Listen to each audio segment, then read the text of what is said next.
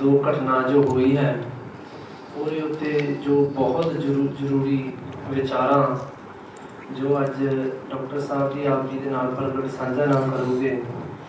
सो बहुत ये जो विषय है भी जो साडा गुरु घर का जो खजाना है भी अज तक सिख कौम नूं वापस अजे मिलिया नहीं हैगा।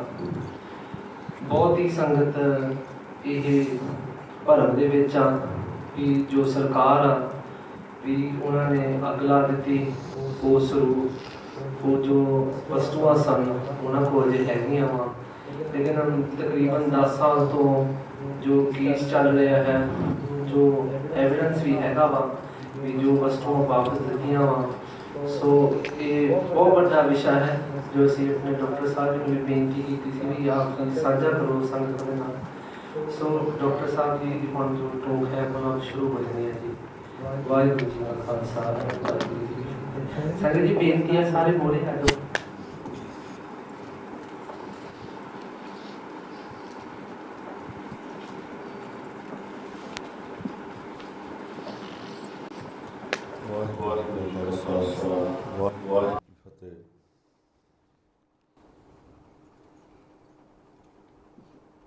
पंथ दे दर्द नूं लैके recognizing the pain which we have experienced in the last 41 years, I appreciate the organizers of such events for bringing the Sangat together so that we can all not only just add something to the knowledge that we have, but perhaps also while thinking, seeking a solution, we can all bring our collective determination into play. What's happening right now is a sense of indifference. We seemingly feel very isolated. We don't know who to depend on, we don't know who to trust. To that extent that we don't even want to know more about it. It is so frustrating, it is so... Because each time we think about this issue, it kind of rekindles that pain. So you want to stay away from it. Because nobody seems... And as a result, what happens is, other things which may be very important for an individual family, which may have no relevance to the panth, start floating up there. So what I'm saying in other words, our collective consciousness isn't operating right now. We are all focused on individual success for our family, for our kids, for ourselves. This doesn't help either. As a society, indifference is only going to cause more pain. And this pain will soon switch to regret. When you guys get to my age, and you would have nothing, you would have no options left for yourself, dealing with that regret flame, it sometimes will inspire people. For some it will just be a matter of entertainment, for others it will be kind of kindling that passion. So it's important that we talk about it. Before I dwell into this topic, I wanted to convey this to you, that this topic is very depressing, it's very saddening. That how could people do something to themselves, as by Maharajjit Singh alluded in the introduction. But then I don't want to end this discussion on this note. I want to, and we'll switch gears after some time. Some of you, I should say, may have heard the part of this talk that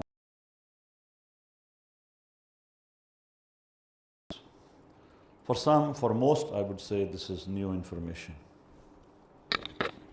There's been a historian, a philosopher by the name of Milan Kundera. I don't know if you've heard of his name or not.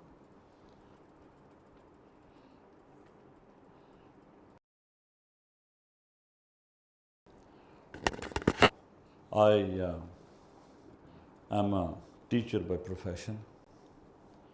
So when I enter a classroom, whether it be medical students or rheumatologists, I expect them to bring in something to take notes on. Because for most people, in the last 2 decades, the person who delivers the lecture, the knowledge, has worked extra hard to bring it all together. And the listeners, while they're very interested, they can't help that it just goes in one and out the other. So when I say the word Milan Kundera, it might strike a bell for some. But the moment you step down those stairs, go to the Langar Hall, it's going to be history, done. It won't even be there. So I don't know, you want to use some app on your phone where you can type in and get this information so you could kind of refer to it when you get back home if you're really interested, because otherwise this is merely entertainment. And that's where we have suffered as a comm. It generates a boost of dopamine, but that's it. It doesn't translate into action. So those of you who think that this knowledge in our hearts, you would take notes, because my expectation is those of you, the youth here, once I'm gone, come up here and deliver the same talk as it is. But if you're just here for entertainment, I'm going to quit, I'm going to leave, and you're done. Are you part of the panth or you're part of the audience? Those are 2 different things. One thing. People, they get this response which is based on emotion. And others, this response is based on passion. They're 2 different. एक है जज्बात ते एक है जुनून, 2 ਵੱਖਰੇ ਵੱਖਰੇ passion है। जज्बात ਭੜਕ ਜਾਂਦੇ ਆ, ਫਿਰ ਥੱਲੇ ਆ ਜਾਂਦੇ ਆ। ਜਦੋਂ ਕੋਈ ਹੋਰ ਚੀਜ਼ ਸਾਹਮਣੇ ਆ ਜਾਂਦੀ ਹੈ ਤਾਂ ਫਿਰ ਭੜਕ ਜਾਂਦੇ ਆ, ਫਿਰ ਥੱਲੇ ਚਲੇ ਜਾਂਦੇ ਆ। ਜਿਹੜਾ ਜਨੂਨ ਹੁੰਦਾ ਉਹ ਕਦੇ ਘਟਦਾ ਨਹੀਂ, ਚੱਲਦਾ ਰਹਿੰਦਾ। ਜਨੂਨ ਦੇ ਵਿੱਚ ਕਦੇ ਗੁੱਸਾ ਨਹੀਂ ਆਉਂਦਾ। You're never angry if you are working through passion. The only emotion which drives passion is love. I'm going to do it. I'm going to do it for this reason. Determination. It's all positive energy. Emotion is sometimes negative. I mean, it's good to be emotional. Some people have a personality of a wallpaper. You talk to them and they're just like that. So you want some response, when you are in a conversation. So emotions are good. But the emotions kind of rise, go down. There's so many examples of emotion that I can give you, but I hope that what Milan Kundera said I'm going to read the quote to you. The first step in liquidating a people is to erase its memory, destroy its books, its culture, its history. Books, manufacture a new culture, invent a new history. Before long, the nation will begin to forget what it is and what it was. Milan Kundera. So this is what happened to us in 1980. People who were passionate to bring about the Chardi Kala, the well-being of the Panth, were eliminated ruthlessly eliminated. And that exhibition behind us kind of demonstrates some of that. And then, coming to the topic of the evening, our Sikh Reference Library was destroyed. So how do we kind of relate between those personalities that I'm talking about, who were ruthlessly eliminated, and the contents of our history? That's what we're going to talk about in some detail. I can't share all the details with you, but in June 1984, when the tanks entered the Harmandir Sahib complex, otherwise known as the Golden Temple complex, and their chains were destroying the marble pathway, the beautiful marble pathway was being all crushed under the weight of these tanks. The tanks were also firing shells towards the Akal Takht. Their focus was Akal Takht, certainly, but they were not hesitating if anything else which came in their way was damaged or destroyed. One such thing which came in their way was the Tosha Khana, the treasury. The treasury. This treasury was housed in that Darshani Deori, a building which connects the grounds in front of the Akal Takht Sahib and the Harmandir Sahib, the bridge. That's the Darshani Deori. And this Darshani Deori caught fire when those shells were being pumped from those tanks. There were like 13 tanks, some people counted, in the Parkarma, all around on that side, firing shells at the Akal Takht Sahib. And a few shells also hit the Darshani Deori, and the Tosha Khana caught fire, the treasury caught fire. A chanani embedded with jewels and diamonds, which was gifted to the Golden Temple, the Harmandir Sahib, by Maharaja Ranjit Singh, worth millions, you can say pounds, rupees, dollars, worth millions, was burnt in that assault. And then we have these other precious and holy articles of historical significance which were damaged.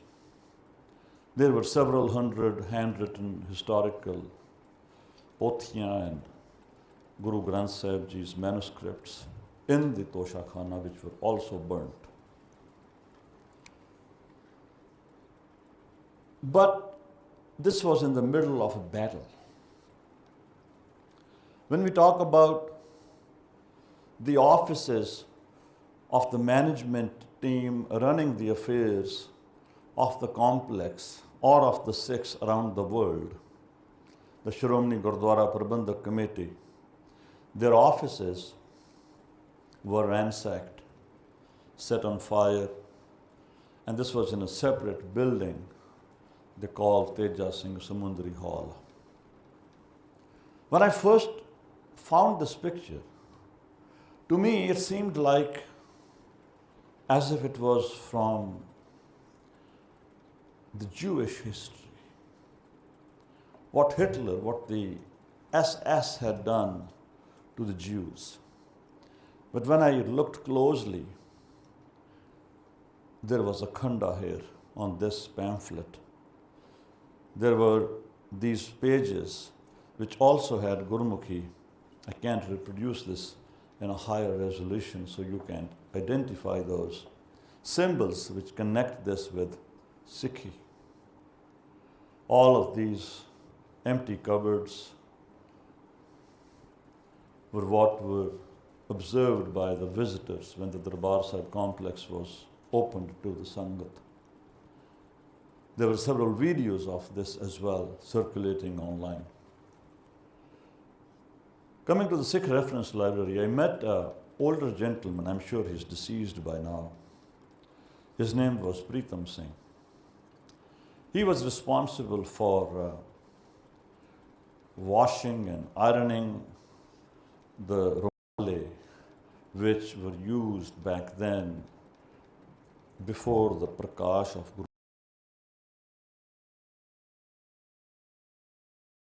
He was always in the complex, especially early in the morning, he was always there. And he was very old. I have a video of him as well, where he said he was arrested on June 6th. And after he was arrested, he went through a lot of humiliation. He was very old, despite the fact. He was kicked in his buttocks. He was even asked to pee in his trousers.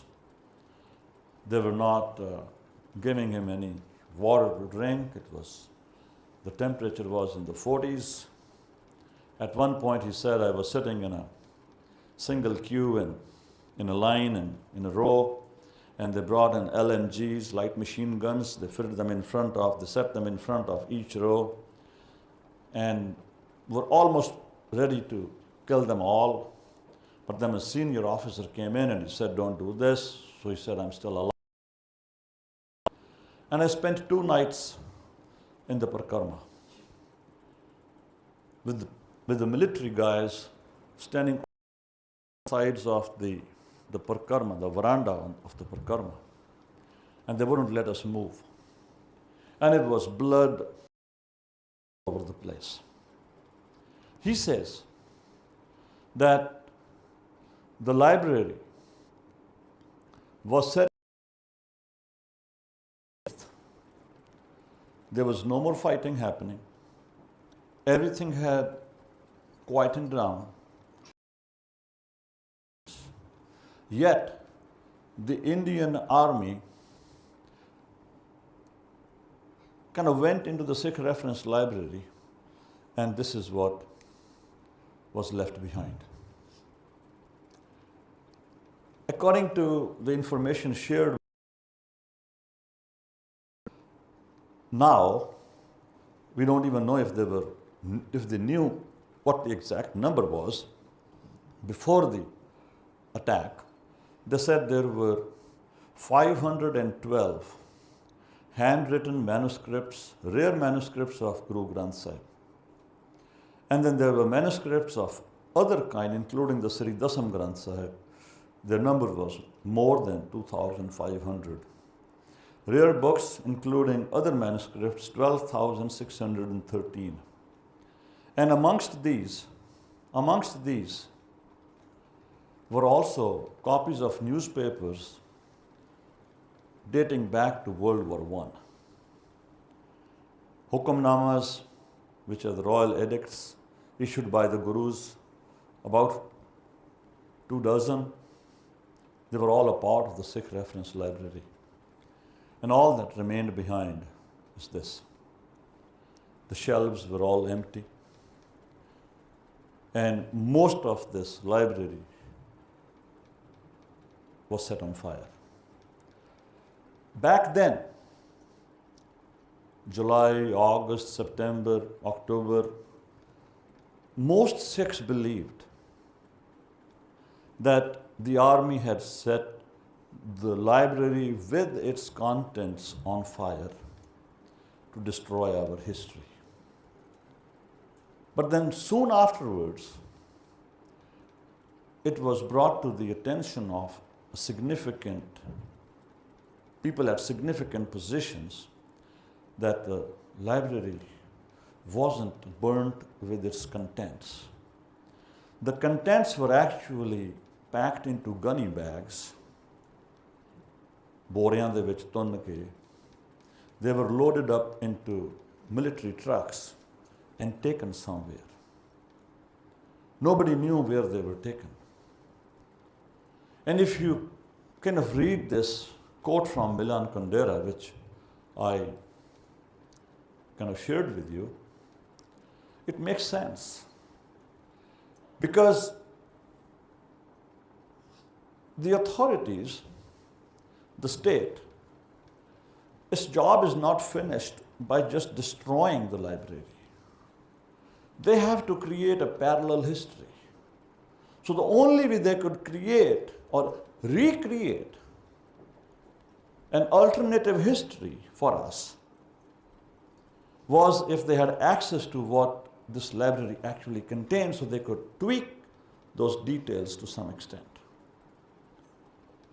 And we perhaps don't even know this, and we are perhaps being fed with information which perhaps isn't true. So, this is the picture taken by the Indian Army. ਇਹ ਵਾਲੀ ਜਿਹੜੀ ਦਰਸ਼ਨੀ ਡਿਓੜੀ ਹੈ, ਜਿਹੜਾ ਘੰਟਾ ਘਰ ਹੈ, ਇਹਨੂੰ ਆਟਾ ਮੰਡੀ ਵਾਲਾ ਘੰਟਾ ਘਰ ਕਹਿੰਦੇ. The reference library was on the 3rd floor. This is the parikrama. One of the tanks was right in this area. And then this is the flames coming out of the reference library. I think it was June 8th. That's when this library was set on fire. Now comes the sad part. Many years after the assault, Sikhs pick up on these minute details about what happened to the Sikh Reference Library. A lot of Sikhs who were suffering with a lot of pain from this loss, they kind of got together. And they reached out to the government. There were some Sikhs in the government. There were some Sikhs in the army. So they all started to pool in their resources, their connections, and reach out to the authorities as to what happened. And information started trickling in.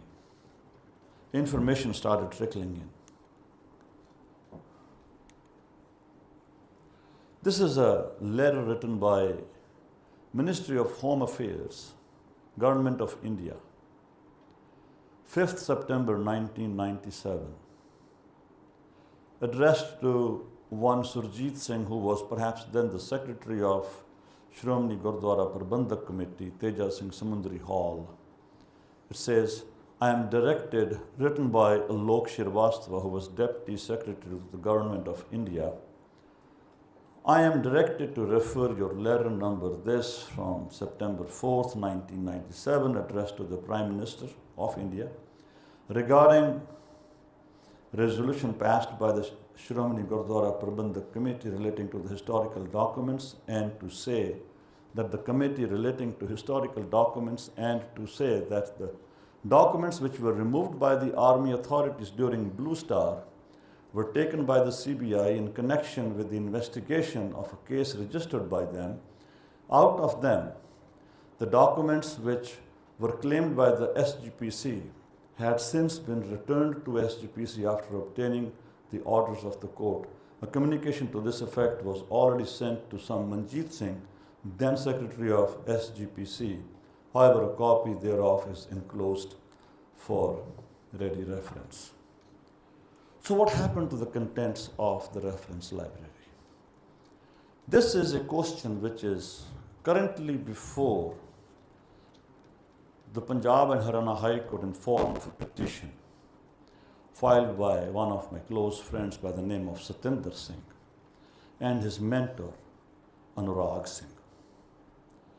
The Shromani Gurdwara Prabandhak Committee for more than 10 years, every time there is a date for a hearing, their attorneys come over and they say we need more time to file a response. And this has been going on for a decade, for a long time if I'm not mistaken. So, ਤੁਸੀਂ ਕੀ ਸੋਚਦੇ ਹੋ? I don't know how to say this in English. I'm going to say this in Punjabi and then maybe try to translate it into English. People who were assigned to the contents of the library, or in other words, who were expected, ਕੁੱਤੀ ਹੁੰਦੀ ਹੈ ਜਿਹੜੀ ਕੁੱਤਾ dog the household, but if the dog kind of joins hands with the thief, who could protect? ਜਦੋਂ ਕੁੱਤੀ ਨਾਲ ਹੀ ਰਲ ਚੋਰਾਂ ਨਾਲ ਹੀ ਰਲ ਗਈ ਤਾਂ ਹੁਣ ਕੌਣ ਸਾਨੂੰ ਬਚਾਵੇ? Who's there to protect us? I don't really trust this newspaper much, but then it says, this is the heading of a news, many years ago, Sikh Reference Library ਦੇ ਕੀਮਤੀ ਖਜ਼ਾਨੇ ਨੂੰ ਆਪਣਿਆਂ ਵੱਲੋਂ ਵੇਚਣ ਦੀ ਵਿਥਿਆ. So the people, and the reason I'm saying this with you without any hesitation is because members of the management committee and its appointed employees, including the jathedars of the various takhats, they visit you guys. And you shower them with a lot of respect. And you think that they are indisputable. You never ask them any questions. You just share a lot of prashade and a lot of srope and send them back home, and then they think ਕਿ ਸਾਡਾ ਪੰਥ ਦੇ ਵਿੱਚ ਬਹੁਤ ਉੱਚਾ ਰੁਤਬਾ ਹੈ. It is time that we started to ask questions so that they are aware that the Panth is seeking, is trying to know what the real truth is, not the fabricated truth. So, फौज वालों वापस कीते असल दस्तावेज बारे शंके बने. So what did the Indian Army return? Did it return the real documents or did it return fabricated documents? Army returned stuff. But what did it return? So how do we filter in, how do we determine what's real and what's not? If you can read Punjabi, it says 4,000 pound ਵਿੱਚ ਵੇਚਿਆ ਸ੍ਰੀ ਗੁਰੂ ਗੋਬਿੰਦ ਸਿੰਘ ਜੀ ਦੇ ਦਸਖਤਾਂ ਵਾਲਾ ਸ੍ਰੀ ਗੁਰੂ ਗ੍ਰੰਥ ਸਾਹਿਬ ਜੀ ਦਾ ਸਰੂਪ. Handwritten manuscript of Guru Granth Sahib Ji, which apparently had a signature of the 10th Guru, Guru Gobind Singh Sahib Ji, was sold to someone for just 4,000 pounds. And this is an open secret. Then the now deceased Jathedar of Akal Takht Sahib, Gyani Joginder Singh Vedanti, sold a lot of these documents. Several of his, I shouldn't say several, few of his relatives were given these historical documents as gifts. A lot of these documents are now, they say, that I've heard, are lying or are in the possession of the 3H Foundation, Harbhajan Singh Jogi, in Phoenix, Arizona. Several of these documents. I don't have time to go through all of these details here, but that's what was in the newspaper. It hurts. It hurts when who you consider your own are actually working for the enemy. I think our history is etched in our hearts.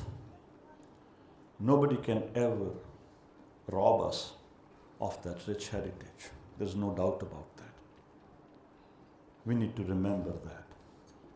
But the generation which was so closely connected with our heritage is now slowly diminishing. The numbers, people are dying.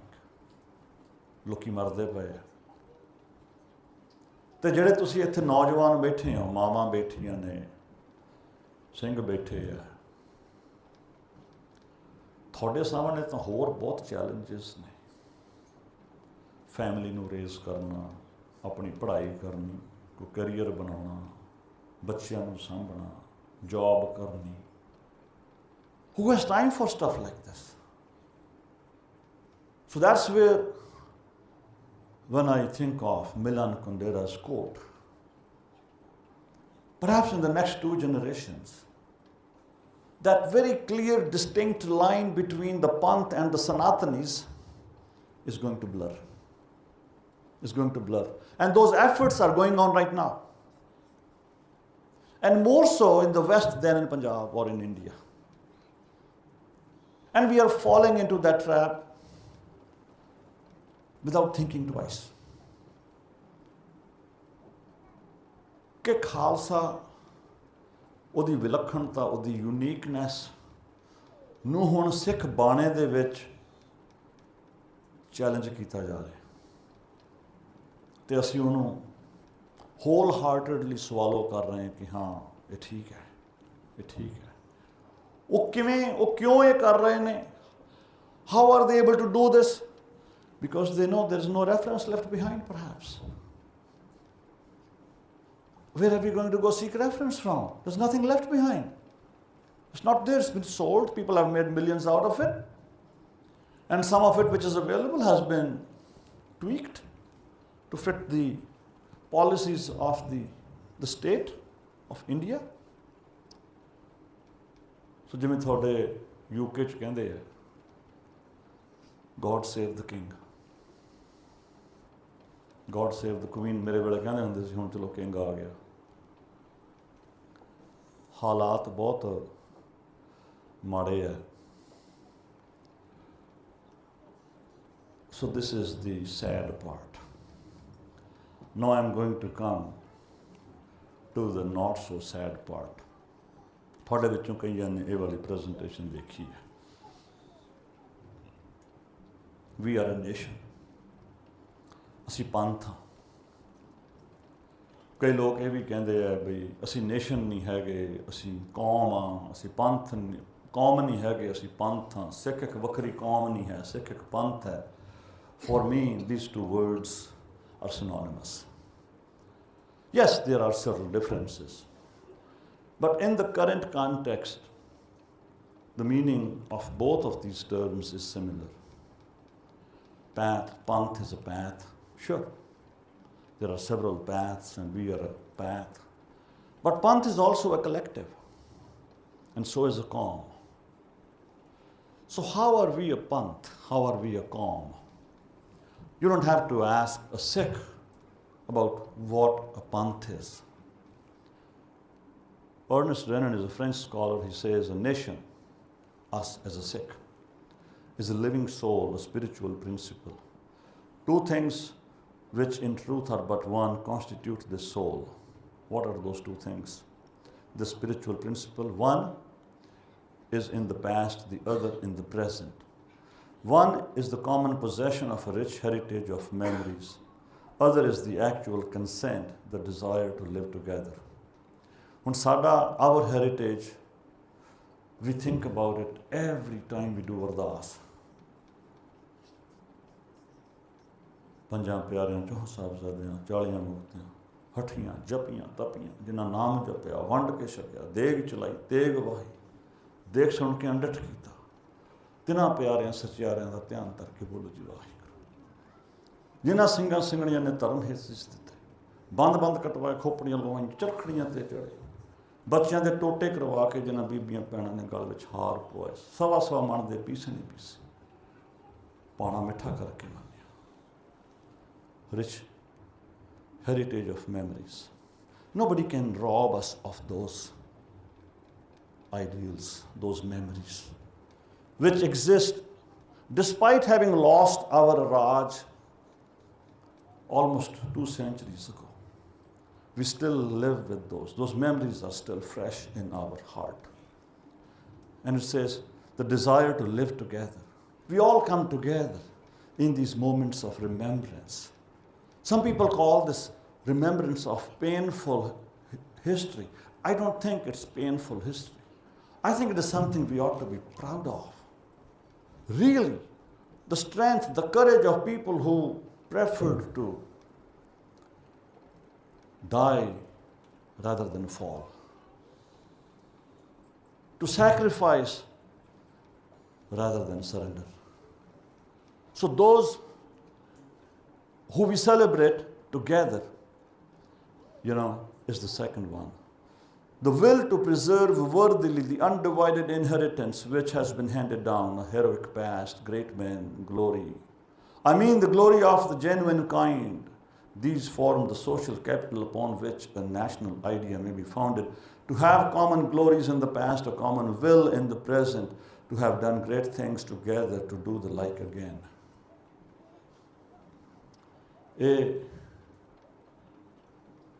ਇੱਕ example ਹੈ। ਮੈਂ ਇਹ ਵਾਲੀਆਂ ਸਲਾਈਡਾਂ ਉੱਥੇ ਗੁਰਮਤਿ camp ਦੇ ਵਿੱਚ ਕਿਸੇ ਨਾਲ ਸ਼ੇਅਰ ਕੀਤੀਆਂ, ਗਰੁੱਪ ਨਾਲ ਸ਼ੇਅਰ ਕੀਤੀਆਂ, ਤਾਂ ਮੈਨੂੰ ਆ ਕੇ ਇੱਕ ਭੈਣ ਨੇ ਪੁੱਛਿਆ ਕਿ you are so much anti-colonial, yet you use these colonial examples. And I said, yes. Because right now, colonialism, no matter how upset we are about it, we rely on it. It's a part of our thinking. We can't shake it away right now. We might be aware, but it's important that we don't fall into the trap of colonialism, yet remind ourselves that some of the statements which they created to define their own self not only apply to the imperialists or the capitalists or the communists, they apply to the Panth also. We fit in that broad description as well. Nobody has the right to say that we are part Hindu or we share a common legacy with Sanatan Mat. Khalsa mero roop hai khas doesn't mean that we share that heritage with those people in India, because Guruji made us unique. Khalsa mero roop hai khas. The next example I have, let's just keep ਅੱਗੇ ਚੱਲਦੇ ਹਾਂ। ਆ ਵੀ ਸੋਹਣਾ ਹੈ, English philosopher. What is really essential to a modern conception of a state which is also a nation is nearly that the persons composing it should have, generally speaking, a consciousness of belonging to one another, of being members of one body. We with so much pride, we say we are a part of the Panth. We are a part of the Panth. Being members of one body, over and above what they derive from the fact of being under one government. So the government may not be there still, so that if their government were to were destroyed by war or revolution, they would still tend to hold firmly together. We lost our kingdom, our Desh, Punjab, in 1849. It was annexed by the British. And all of our heritage was plundered by the colonialists, the British. And this is what hurts me. This is what I'm really saddened by. Knowing this, our youth, and perhaps to some extent people of my generation, have adopted the ways of the colonialists. Isn't it time to wake up and claim who we really are? We speak their language, we dress like them, we eat the meals which they prepared for us. We go to their schools, we forget about the value of our own educational system. We don't memorize Gurbani, but I remember मैं पिछली बार इत्थे आया थे वो nursery Raima बच्चे Jack and Jill went up the hill to fetch a pail of water. Humpty Dumpty sat on a wall, Humpty Dumpty had a great fall. ये गल्लां सब है जपजी साहब याद नहीं हैगा. So I kind of feel a little disappointed about. When they have this consciousness, we regard them as forming a nation. Whatever else they lack, इन्हों ਆਪਾਂ ਛੱਡ ਦਿੰਦੇ, ਇਹ ਵੀ ਛੱਡ ਦਿੰਦੇ. मैं ख़त्म ਕਰਨ ਲੱਗਿਆ. मैं ਤੁਹਾਡੇ ਨਾਲ ਨਕਸ਼ਾ ਸਾਂਝਾ ਕਰਦਾ. As far as I know, this Naksha was created by a German cartographer. ਜਿਹੜੇ ਨਕਸ਼ਾ ਨਵੀਸ ਹੁੰਦੇ ਆ, not the architects, ਜਿਹੜੇ ਇਹ ਬਿਲਡਿੰਗ ਦਾ ਨਕਸ਼ਾ ਬਣਾਉਂਦੇ ਆ, ਜਿਹੜੇ ਜਿਓਗ੍ਰਾਫੀ ਦੇ ਵਿੱਚ ਨਕਸ਼ੇ ਬਣਾਉਂਦੇ ਆ, they are known as cartographers. ਇਹ ਜਰਮਨ ਕਾਰਟੋਗ੍ਰਾਫਰ ਨੇ ਨਕਸ਼ਾ ਬਣਾਇਆ. Orientalis, Indus Orientalis ਦਾ ਇਹ ਨਕਸ਼ਾ ਹੈ, and it was created in 1748. 1748. Why is this important? 1748 is because it predates the Vadda Kalukara. Vadda Kalukara happened in 1762. Koprohida, Vadda Kalukara. More than 50,000 Sikh men, women, kids lost their lives in that Kalukara. So this is what this Naksha shows as being Punjab, right there, right here. And see what it says. Staten der Sikhs. State of the Sikhs. And we are a minuscule minority. But because of our character, because of our virtues, like I mentioned yesterday, we are the only people who twice a day, every day, personally, as well as in any and every Gurdwara, seek, we end our ardas by saying, Guru Nanak Naam Chaddi Kala Tere Pane Sarbat Da Pala. We are the only people. We are the only people who believe in these three cardinal rules. Kirt karo, naam japo, te vand ke shako. These are not communist ideals either. Some people think that if someone is not a capitalist, he perhaps is a communist. That's not true. That's just labeling someone with an attribute just to demean them, just to shun them, just to shut them up. Sikhs They don't have any problems with capitalists or communists.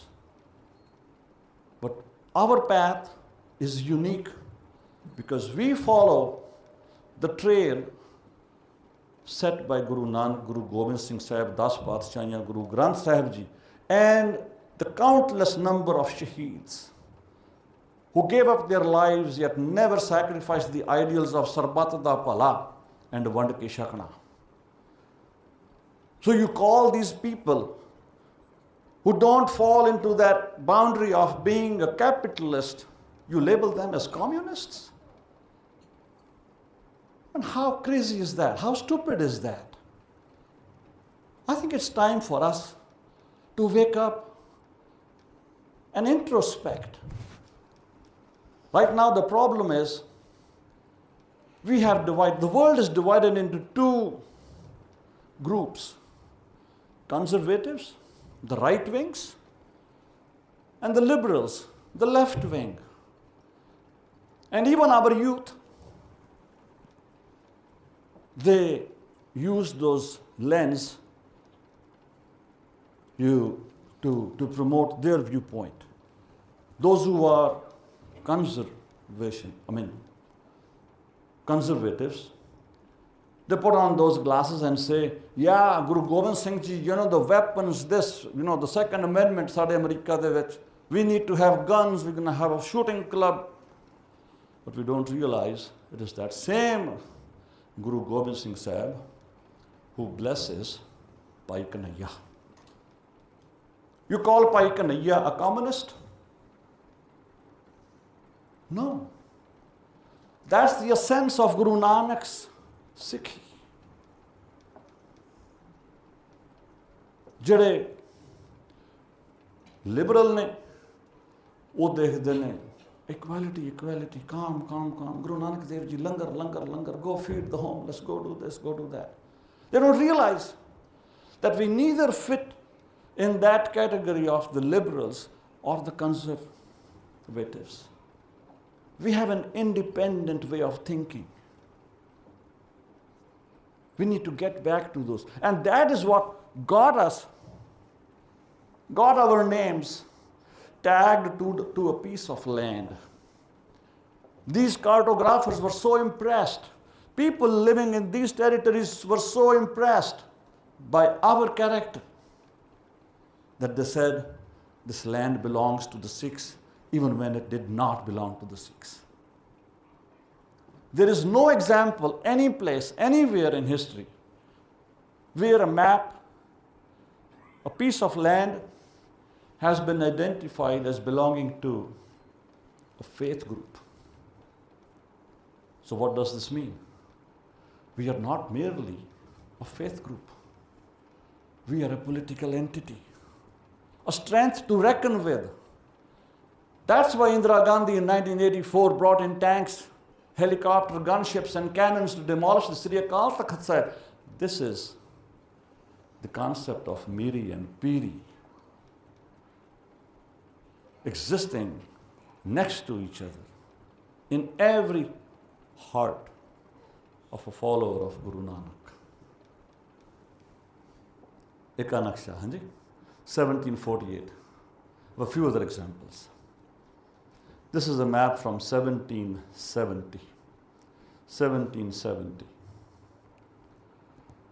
The Mughals engaged this cartographer to create a map of different provinces of the then Mughal Empire. And this is Suba de Lahore, Suba of Lahore, that's Punjab.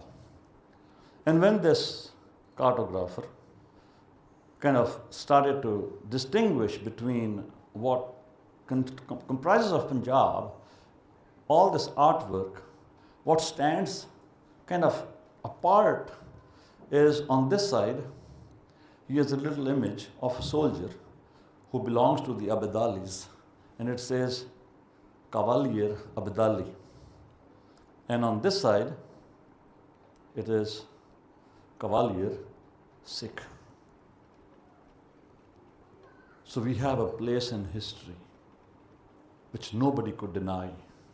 And even if the government or its collaborators from amongst the Sikhs have looted, burned, sold, discarded, amended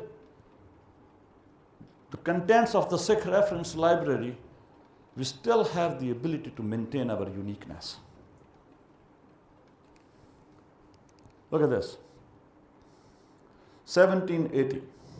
Now, all of these maps I'm showing you are before the advent of, or the entrance of Maharaja Ranjit Singh on the scene. Maharaja Ranjit Singh walked into or rode into Lahore, if I'm not mistaken, it was 1799. So this was 20 years, 19 years before Maharaja Ranjit Singh rides into Lahore. And look at this. So it says Punjab, Punjab. Here it says Delhi. Here it says Sarhand. Less Sikhs, less Sikhs. Less, you might know better than me, means the Sikhs. The Sikhs, Sikhs. No map created then misses mention of Sikhs on it. ਆ ਨਕਸ਼ਾ ਕਿਸੇ ਗੋਰੇ ਨੇ ਬਣਾਇਆ 11 ਸਾਲ ਪਹਿਲਾਂ ਮਹਾਰਾਜਾ ਰਣਜੀਤ ਸਿੰਘ ਤੋਂ James Reynold. Look at that. Dominions of the Sikhs. And their dominions stretch as far down into the Thar Desert, which is part of the Rajasthan. ਇਹ ਸਾਡਾ ਇਲਾਕਾ ਹੈ ਸਾਰਾ. ਇਸ ਖਾਲਿਸਤਾਨ ਦੀ ਗੱਲ ਖਾਲਸਾ ਕਰਦਾ ਹੈ ਜੀਓਗ੍ਰਾਫਿਕਲੀ. ਸਾਨੂੰ ਕੋਈ ਨਹੀਂ ਰੋਕ ਸਕਦਾ ਇਹਨੂੰ ਕਲੇਮ ਕਰਨ ਤੋਂ. ਕੋਈ ਨਹੀਂ ਰੋਕ ਸਕਦਾ.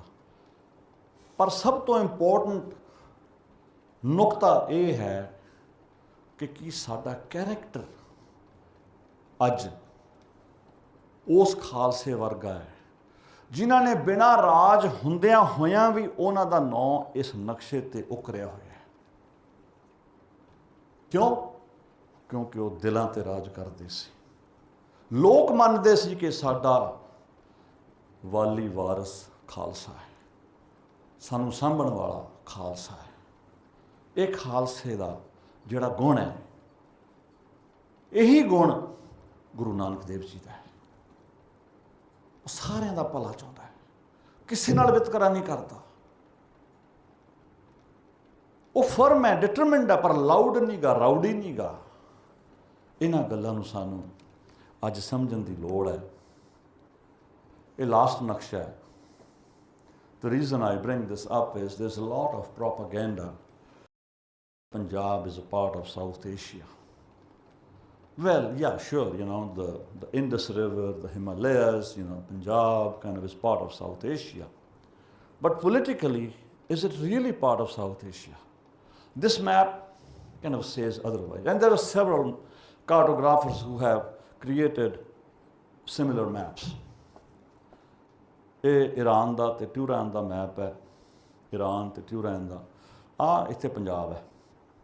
ਇਹ ਵੀ ਜਰਮਨ ਕਾਰਟੋਗ੍ਰਾਫਰ ਨੇ ਬਣਾਇਆ, ਮੈਨੂੰ ਜਿੱਥੋਂ ਤੱਕ ਪਤਾ ਹੈ.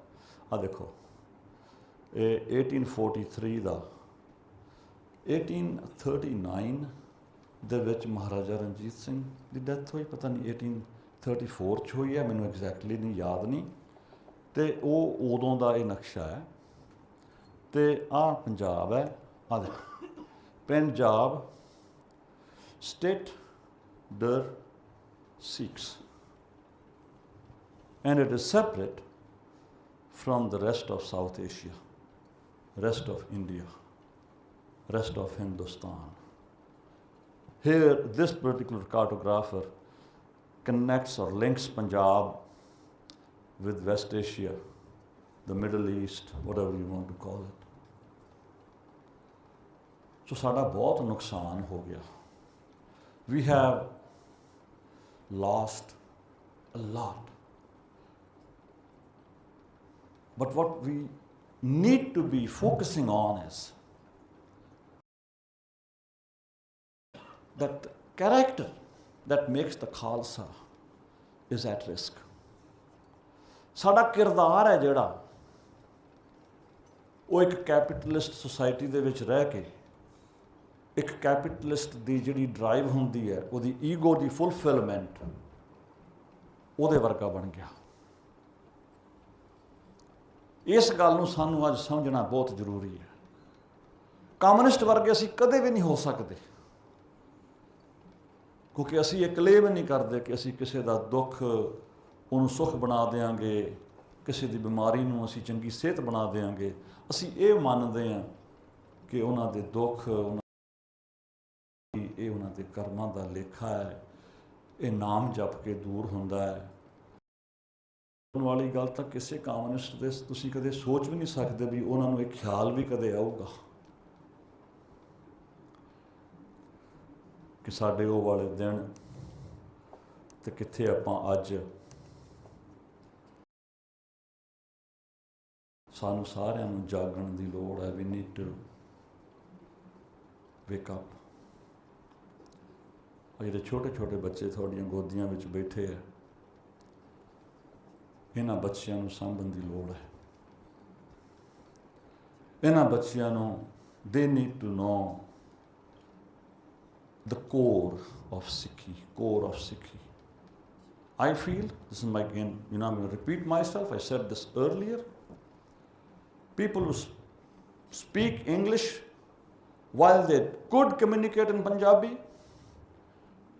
are committing suicide.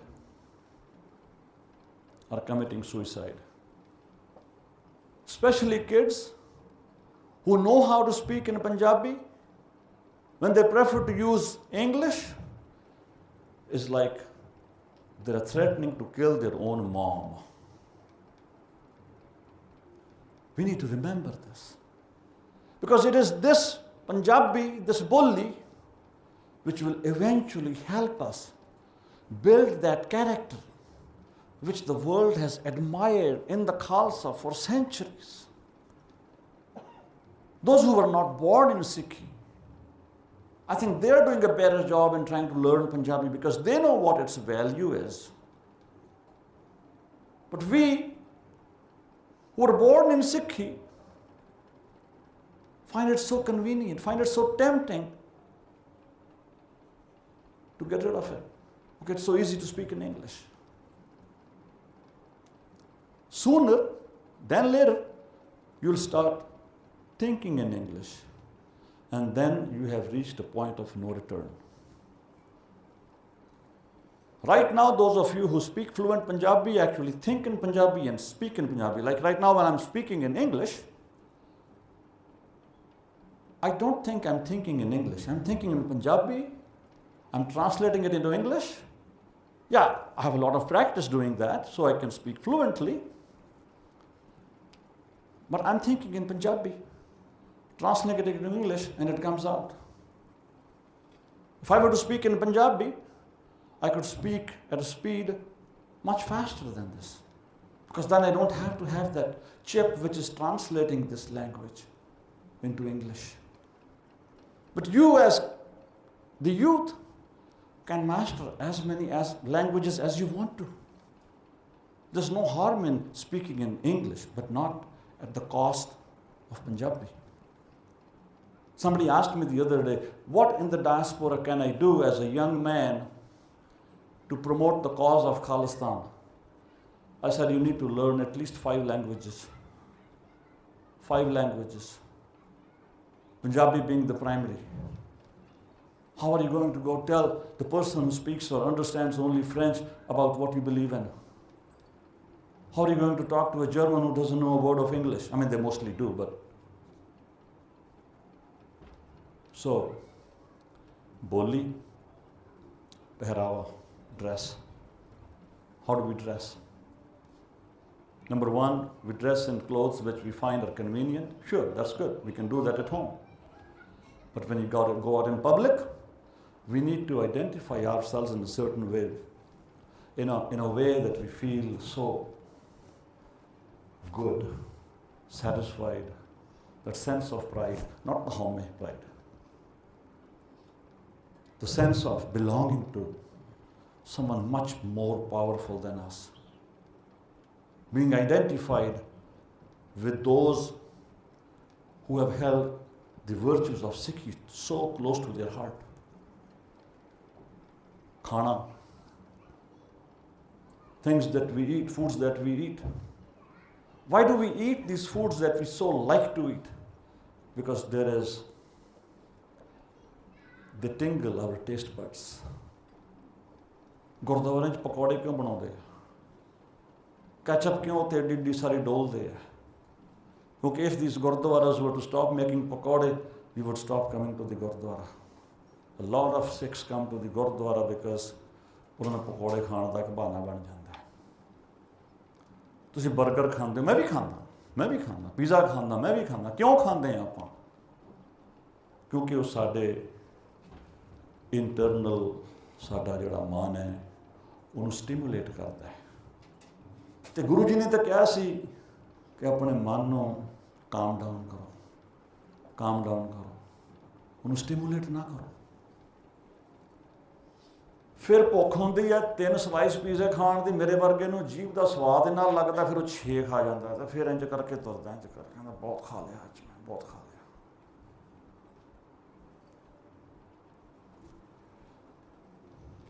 This may not mean much to you. The most important thing is the Vidya ਪ੍ਰਣਾਲੀ। ਸਿੱਖਾਂ ਦੀ ਵਿਦਿਆ ਪ੍ਰਣਾਲੀ ਕੀ ਸੀ? ਗਿਆਨੀ ਸਿੰਘ ਕੌਣ ਸੀ? ਗਿਆਨੀ ਆਪਣੇ ਵਿਦਿਆਰਥੀ ਨੂੰ ਕਿਵੇਂ ਪੜ੍ਹਾਉਂਦਾ ਸੀ ਅਤੇ ਕੀ ਪੜ੍ਹਾਉਂਦਾ ਸੀ?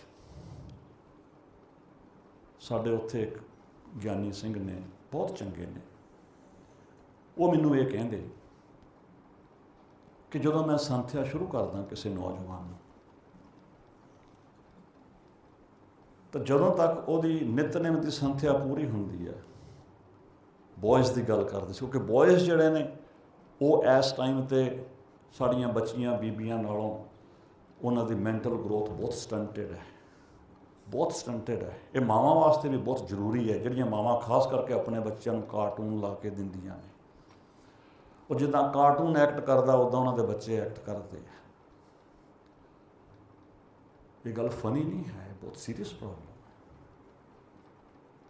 ਜਿਹੜੇ ਬੱਚੇ ਕਹਿੰਦੇ ਮੈਂ ਉਹਨਾਂ ਨੂੰ ਜਦੋਂ ਸੰਥਿਆ ਦਿੰਦਾ ਬॉयज़ ਨੂੰ, ਜਦੋਂ ਤੱਕ ਨਿਤਨੇਮ ਦੀ ਸੰਥਿਆ ਪੂਰੀ ਹੁੰਦੀ ਹੈ, ਮੈਂ ਉਹਨਾਂ ਨੂੰ ਮੋਟੀਵੇਟ ਕਰ ਕਰਕੇ ਉਹੀ ਜਿਹੀ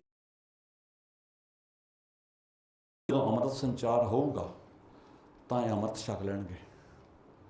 ਅਤੇ ਨਾਲ ਦੀ ਨਾਲ ਜਿਨ੍ਹਾਂ ਨੇ ਅੰਮ੍ਰਿਤ ਛਕ ਲਿਆ, ਗ੍ਰੰਥੀ ਦੀ ਸੰਥਿਆ ਲੈ ਰਹੇ ਨੇ, ਬਿਫੋਰ ਦੀ ਐਂਡ ਆਫ 5 ਗ੍ਰੰਥੀ ਸੰਥਿਆ, their wrath has become so ਪਰਪੱਕ, they can participate in ਅੰਮ੍ਰਿਤ ਸੰਚਾਰ ਸਮਾਗਮ। they can maybe not as ਪੰਜ ਪਿਆਰੇ but as a ਗ੍ਰੰਥੀ ਸਿੰਘ। ਇੱਦਾਂ ਸਿੱਖੀ ਨੂੰ, ਉਹਦੇ ਬੂਟੇ ਨੂੰ, ਜਿਵੇਂ ਮਾਲੀ ਐਂ ਪੋਲਾ ਕਰਕੇ ਪਾਣੀ ਪਾ ਕੇ ਉਹਨੂੰ ਵੱਡਾ ਕਰਦਾ, ਫਿਰ ਉਹਦਾ ਇੱਕ ਫੁੱਲ ਨਿਕਲਦਾ, ਫਿਰ ਉਹਦੇ ਵਿੱਚ ਖੁਸ਼ਬੂ ਆਉਂਦੀ ਹੈ, ਫਿਰ ਉਹ ਇੰਨਾ ਰੰਗਦਾਰ ਹੁੰਦਾ, ਐਡਾ ਸੋਹਣਾ ਲੱਗਦਾ, ਉਹ ਕਿਰਦਾਰ ਪੈਦਾ ਹੁੰਦਾ ਹੈ। ਅਸੀਂ ਕੀ ਕਰਦੇ ਹਾਂ? ਅਸੀਂ Humpty Dumpty sat on a wall ਕਰਾਉਂਦੇ ਹਾਂ, Jack and Jill went up the hill to fetch a pail of, ਪਾ ਕਰਦੇ ਅਤੇ ਫਿਰ ਬੜੇ ਖੁਸ਼ ਹੁੰਦੇ। ਸਾਡੇ ਅਮਰੀਕਾ ਦੇ ਵਿੱਚ ਉਹ ਨਵੇਂ ਬਾਰਡਰ ਟੱਪ ਕੇ ਆਉਂਦੇ ਪਏ ਆ, ਅਤੇ ਉਹ ਕਈ ਬੀਬੀਆਂ ਵੀ ਨਾਲ, ਬੱਚੇ ਵੀ ਨਾਲ ਲਿਆਉਂਦੇ, ਸਾਡਾ ਬੱਚਾ ਅੰਗਰੇਜ਼ੀ ਬੋਲਣ ਲੱਗ ਗਿਆ, ਸਾਡਾ ਬੱਚਾ ਅੰਗਰੇਜ਼ੀ ਬੋਲਣ ਲੱਗ ਗਿਆ। ਉਹ ਅਕੰਪਲਿਸ਼ਮੈਂਟ ਸਮਝਦੇ। ਉਹ ਇੱਕ ਬੱਚਾ ਸੀ, ਉਹ ਫੈਮਿਲੀ ਉੱਥੇ ਮੈਨੂੰ ਦੱਸੇ ਕੋਈ, ਕਹਿੰਦੇ ਪੰਜਾਬ ਜਦੋਂ ਕਿਹਾ ਬੱਚੇ ਨੂੰ, ਉਹਦਾ ਬਾਪੂ ਕਹਿੰਦਾ ਜਦੋਂ ਨਾ ਮੈਂ ਤੇਰੇ ਕੰਨ 'ਤੇ 2 ਮਾਰਨੀ ਹੈ, ਜੇ ਉੱਥੇ ਪੰਜਾਬੀ ਬੋਲੀ ਤਾਂ ਅੰਗਰੇਜ਼ੀ ਬੋਲਣੀ, ਉਹ ਸਾਡੀ ਬੇਇੱਜ਼ਤੀ ਨਹੀਂ ਕਰਾਉਣੀ ਤੂੰ। ਪੰਜਾਬ ਜਾ ਕੇ ਪਿੰਡ ਉੱਥੇ ਕੋਈ ਸਮਝਦਾ ਨਹੀਂ ਅੰਗਰੇਜ਼ੀ, ਉੱਥੇ ਵੀ ਕਹਿੰਦਾ ਜੇ ਤੂੰ ਅੰਗਰੇਜ਼ੀ ਨਾ ਬੋਲੀ ਮੈਂ ਤੇਰੇ ਕੰਨ 'ਤੇ 2 ਮਾਰੂ। ਸੁਸਾਈਡ ਹੈ। ਅੱਜ ਸਾਡਾ ਬਹੁਤ ਨੁਕਸਾਨ ਹੋਇਆ, ਪਰ ਜਿਹੜਾ ਨੁਕਸਾਨ ਹੋਣ ਤੋਂ ਤੁਸੀਂ ਬਚਾ ਸਕਦੇ ਹੋ, ਉਹਨੂੰ ਆਪਾਂ ਜ਼ਰੂਰ ਸਾਂਭ ਲਈਏ। ਸਾਡਾ ਫਿਊਚਰ ਹੈ ਜਿਹੜਾ, ਸਾਨੂੰ ਆਹ ਚੀਜ਼ਾਂ ਦੁਬਾਰਾ ਨਾ ਦੇਖਣੀਆਂ ਪੈਣ। ਇੰਨੀਆਂ ਬੇਨਤੀਆਂ ਪ੍ਰਵਾਨ ਕਰਿਓ। ਵਾਹਿਗੁਰੂ ਜੀ ਕਾ ਖਾਲਸਾ, ਵਾਹਿਗੁਰੂ ਜੀ ਕੀ ਫਤਿਹ। ਮੈਨੂੰ ਲੱਗਦਾ ਮੈਂ ਤੁਹਾਨੂੰ ਹਰਟ ਕਰਤਾ, ਤੁਹਾਨੂੰ ਸੈਡ ਕਰਤਾ ਥੋੜ੍ਹਾ ਜਿਹਾ। ਇਹ ਸੈਡ ਹੋਣ ਵਾਲੀ ਗੱਲ ਨਹੀਂ, ਇਹ ਤਾਂ ਜਾਗਣ ਵਾਲੀ ਗੱਲ ਹੈ, ਇਹ ਤਾਂ ਉੱਠਣ ਵਾਲੀ ਗੱਲ ਹੈ, ਇਹ ਤਾਂ ਰਿਮੈਂਬਰ ਅਤੇ ਰਾਈਜ਼ ਕਰਨ ਵਾਲੀ ਗੱਲ ਹੈ। ਗੱਜ ਕੇ ਬੁਲਾਓ ਫਤਿਹ। ਵਾਹਿਗੁਰੂ ਜੀ ਕਾ ਖਾਲਸਾ, ਵਾਹਿਗੁਰੂ ਜੀ ਕੀ ਫਤਿਹ।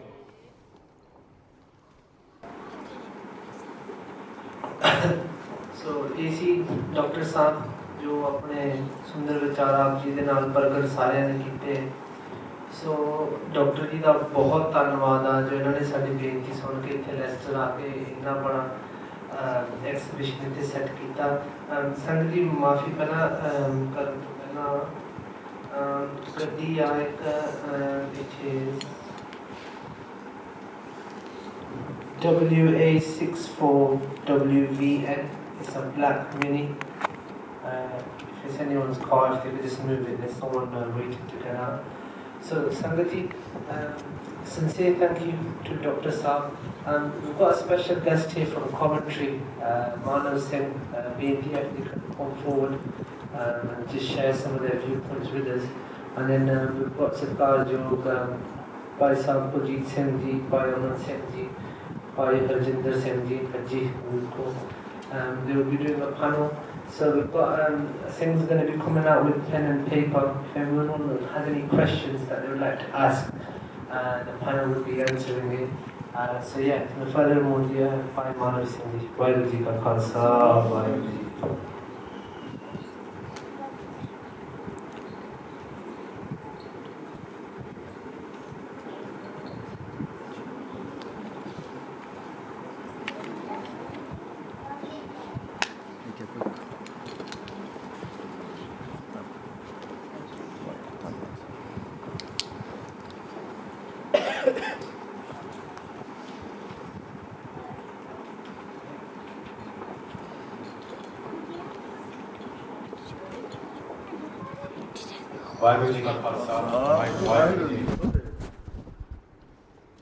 So, I'm going to try and talk about something. I'm not quite sure what, to be honest.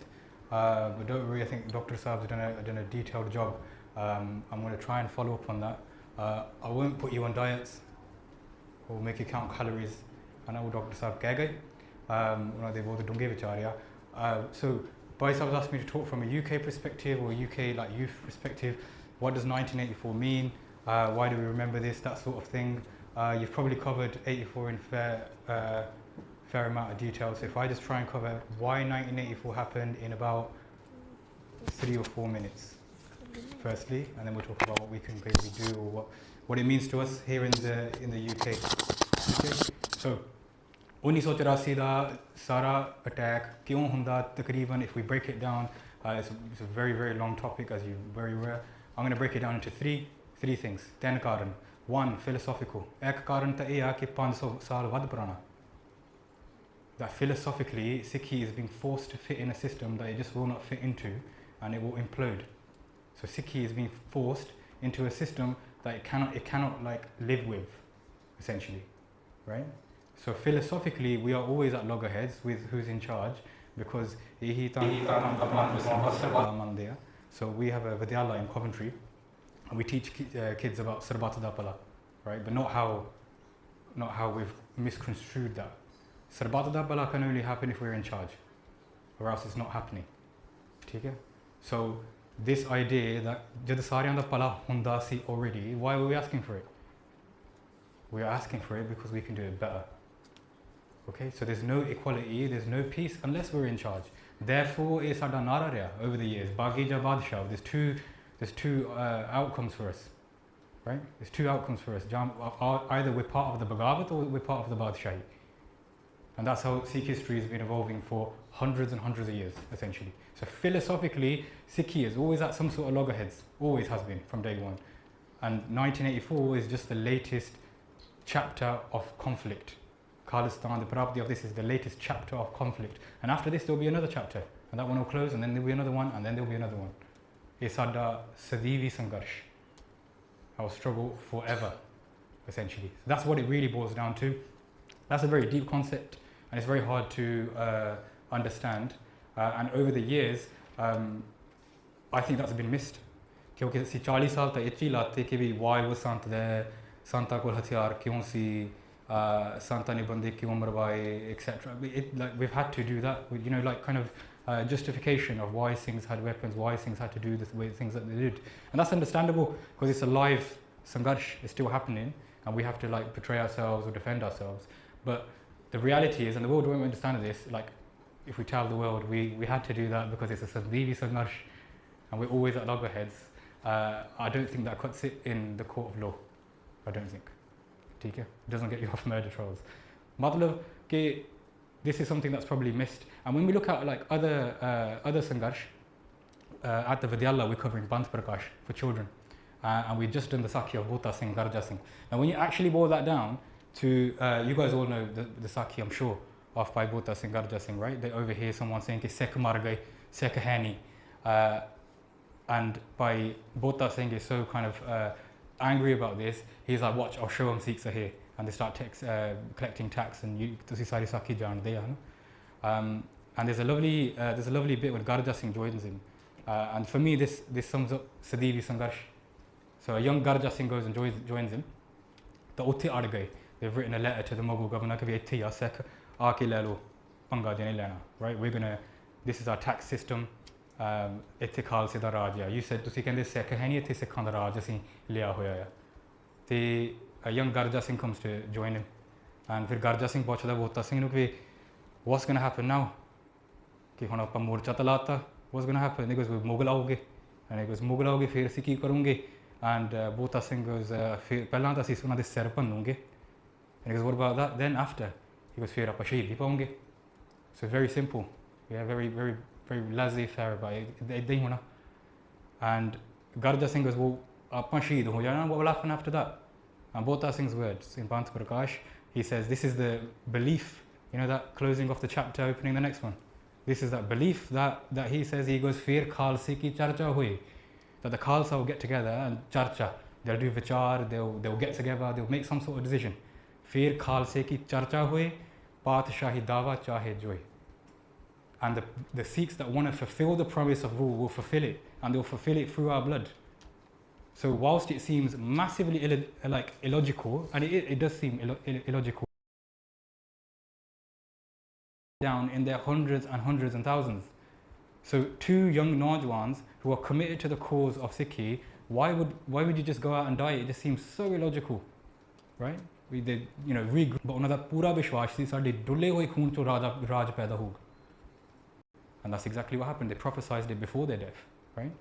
And it's that rebellion that leads to further rebellion, which eventually leads to the beginnings of a Raj.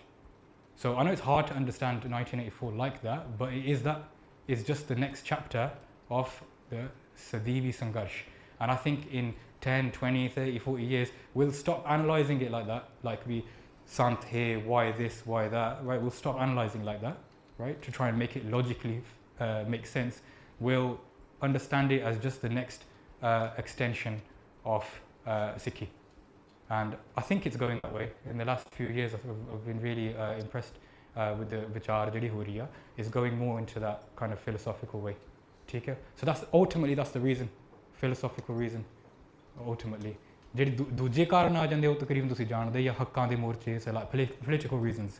ਵੀ ਸਿੱਖ ਆਪਣੇ ਹੱਕ ਮੰਗਦੇ ਸੀ, they were being encroached on from the Sarkar. But even the political things, I don't think they shouldn't be taken in isolation of just Pani, of just this, of just that. Now, Dr. Sabri mentioned, I think he mentioned before, the emergency period of Indira Gandhi.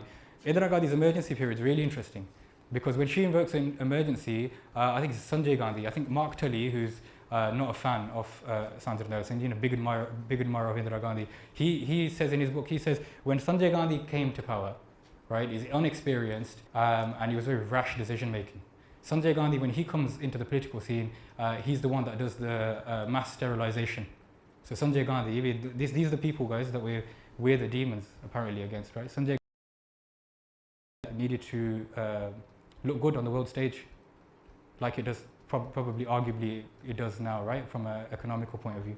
And he goes, we need to look good on the world stage, and we've got a mass population, ਅਜੇ ਜਿਹੜੀ India ਦੀ ਆਬਾਦੀ ਹੈ ਜ਼ਿਆਦਾ ਵੱਧਦੀ ਜਾ ਰਹੀ ਹੈ ਇਹ control 'ਚ ਆਈ ਹੈ so essentially we need to exterminate people or make them stop breeding so much and none angered him more than low caste Hindu people, low caste poor people. He goes, they're screwing our unemployment rates, they kuch karde hai nahi, inna nu pehla nath pao. So Sanjay Gandhi organised these camps where people could basically be sterilised, low caste Hindu men could be sterilised essentially, right? So this is the kind of like draconian laws that Indira Gandhi was okaying at that time, so like suspending parliamentary procedures and whatnot. They also guess who's angry about low caste Hindu people being sterilised? Who's most angry about it? Punjab de Sikh, and more specifically Punjab de Sikh. When Akali leadership or those wele arrest kiti gayi, who's most angry about it is the Taksal and the Sant Kartar Singh. Almost personal. Ki tusi idda kar nahi sakde, and they Santhiya Nagar Kirtan, you guys all know the history, yeah, against the emergency. So again, political things can't be taken in isolation. हाँ सी हक्कां दी गल करदे सी, but that's philosophical.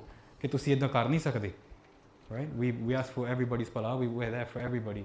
So that's one part of it is politically हक्कां दा मोर्चा, पानी दा मोर्चा, and even that, and then I think the last one I want to get into philosophical, political, personal. So who are the people in place that make, like, you know, the individual situations, the individual conflicts that exacerbate and lead up to the attack.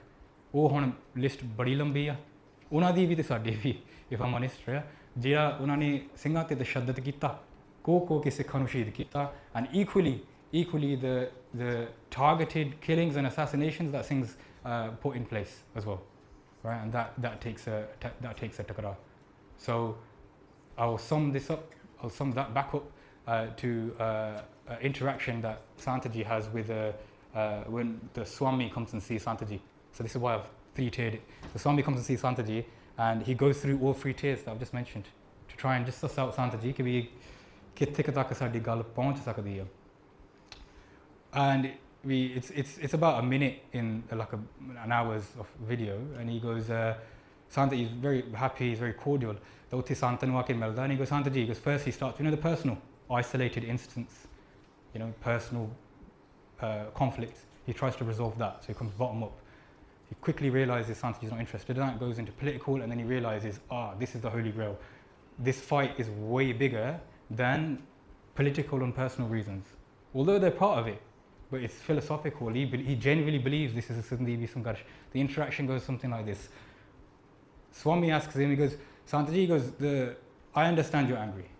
Tuade bande mare a, par chalo sade sarkar valloਂ ਉਹਨਾਂ ਦੇ ਵੀ ਮਾਰੇ ਗਏ. We all get Indira Gandhi to come and negotiate. ਆਪਾਂ ਗੱਲਬਾਤ ਕਰ ਲੈਂਦੇ ਹੁਣ look, there's been blood spilt on your side, our side, ਵੀ ਆਪਾਂ ਕੋਈ ਨਾ ਕੋਈ ਸੁਲ੍ਹਾ ਕਰ ਲਈਏ. To which Santaji is completely not entertaining, and Santaji's line's been very, very clear since publicly. So like again, Santaji, I know that's not our wish, hopefully one day it can be. Santaji's public speaking is only one side of Santhiya Singh. Yeah, and there's a reason for that, and there's a reason for their astuteness politically. And their Durandeshi, like saying one thing on Manji Saab's stage, not doing the opposite, but getting Plan B ready. None is more exemplifying than that, than post the Nirankari Kand. That's Santaji in the absolute splendour of political manoeuvring, where they say कि भी जहाँ सरकार अपना काम करन, जहाँ सी काम करन, right? And 78 we know 13 Sikh Shaheed ਹੁੰਦੇ, ਕਾਨਪੁਰ ਵਿੱਚ Sikh Shaheed ਹੁੰਦੇ, and Plan B is already baked, just in the oven, needs to come out ਬਸ ਉਹ ਐਨ ਪੂਰੀ ਤਿਆਰੀ. ਉਸ ਵੇਲੇ ਹੀ ਨਿਰੰਕਾਰੀਆਂ ਦੇ ਭਵਨ ਬੰਦ, ਉਹਨਾਂ ਦੇ ਮੇਨ ਪ੍ਰਚਾਰਕ, ਉਹਨਾਂ ਦੇ ਗੋਲੀਆਂ ਵੱਜਦੀਆਂ. The anti-Nirankari agitation is basically, so this is Santaji asking publicly the government, do your job, show people that your Vidan, your constitution, your rule of law works, and also behind the scenes turning up the heat to say if we really turn up the heat, will you make the right faisalah? ठीक है, ठंडे माहौल से तो तुसी करना ही नहीं, we know that, yeah, we know that सिखां दे नाल होए धक्के, but गर्म माहौल से तुसी सही फैसला ले सकदे. And of course it was no, right? 78 that happens, April 78 Singh Shaheed ਹੁੰਦੇ ਆ. January 1980 Nirankari Gurbachan Singh and 65 other Nirankaris are acquitted of murder of 13 counts of murder. January to leke April vich oda soda lag janda. So that there interaction sums up Santhiji's astuteness. We're going to draw the government out to make them stick to their rule of law and one other vidhan, yeah? We're going to make them stick to that.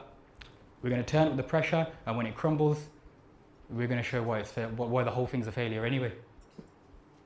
And that's their Santiji drawing them out maneuvering. So the interaction. So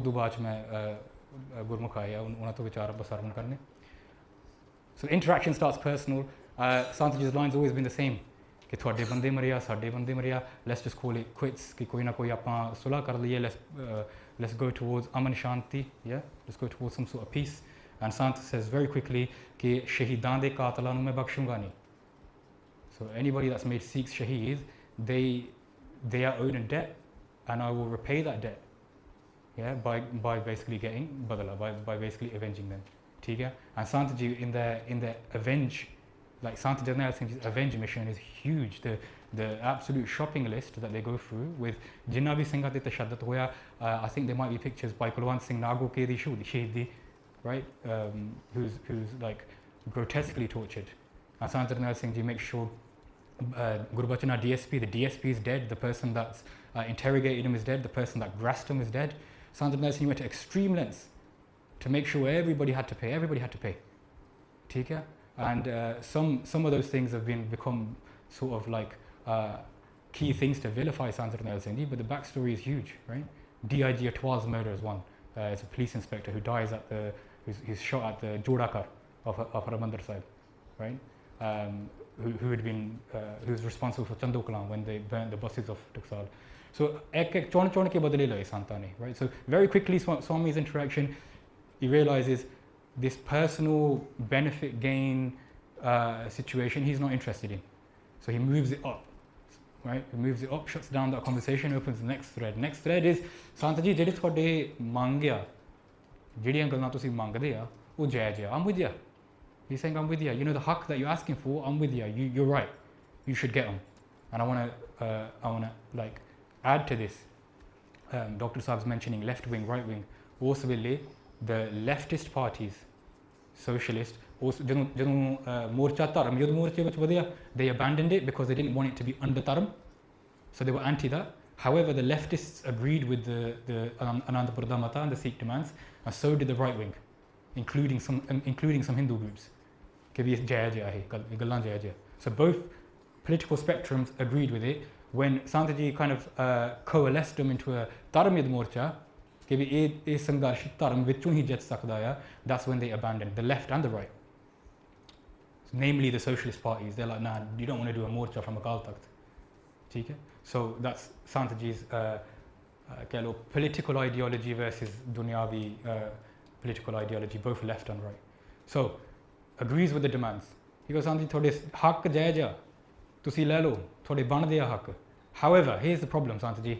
The problem is, if you ask for your rights, then so will everybody else. And what he's referring to is this Chief Minister of Jammu Kashmir meeting Sant Jarnail Singh ji, the people of Tamil Nadu, the south, Hindu-dominated states, the Jammu Kashmir Muslim-dominated, of course, meeting Sant Jarnail Singh ji, because they realized if anybody can get localized rule, if anybody can get a haqq for their state, ye banda le sakda. This leader. And not any Sikh leader. The Sikhs been in agitation way before Punjabi Suba reorganized. It would have been in constant state of agitation since partition. But it's crazy, isn't it? Always ਦੂਸਰੇ ਲੋਕ ਸਮਝ ਜਾਂਦੇ ਆ ਕਿ ਸਿੱਖਾਂ ਦੀ ਜਿੱਦਾਂ ਵਿਲੱਖਣਤਾ ਹੀ ਇੱਕ ਸੱਚੇ ਸਿੱਖ ਆਗੂ ਦੀ ਵਿਲੱਖਣਤਾ ਹੀ ਦੂਸਰੇ ਧਰਮਾਂ ਦੇ ਵੀ ਲੋਕ ਵੀ ਸਮਝ ਜਾਂਦੇ ਆ.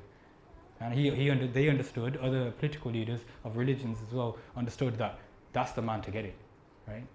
And not just for him, he'll get it for everybody else. Anyway, the question is, if you get your rights, then what would we do about everybody else's? Baki bhi haqq mangoge, Jammu Kashmir, Tamil Nadu, Bengal, you've just gone to war with Bangladesh. The Bengal states want some sort of localized rule because they're fed up of Indo-Pak interference. Fir ki karunge? And Santiji goes, that's the point. So very quickly, he realizes this is a Sadivi Sangarsh. It is not personal. Even if I was to do some sort of sulah, even if I was to do some sort of reparations, कि जेह्ड़ी इन्हां दे ਸਿੰਘ शहीद होया, although there's no reparations, Santhi made that clear, no reparations apart from justice, Khalsa Irvata Ansar. Even if I was to get his Pani and the this and the that, जद लै भी दित्ता, इन्हां वास्ते संघर्ष सदी भी चलदा रहना है, जद तक सारियां दे हक नहीं मिलदे ते खालसा जूझदा रहेगा. That's simply put the reasons for 1984. Is if I could water it down into, that's probably longer than 4 minutes, शायद मैं 4 मिनट promise कीते मैं ज़्यादा ले ले, but that's essentially what I wanted to talk about. ठीक है जी, इन्नियां विचार मैं थोड़े नाल सांझे करनियां सी. होर भी गुरमुख आए, आप उन्हां दे भी सरवण करिए ते मैं भाई साहब नूं बेनती करां. भाई कुलजीत सिंह. हाँ जी, हाँ हाँ जी, ठीक है. डॉक्टर साहब भी तुसीं भी आके बैठ जाओ. भाई Kuljeet Singh ji.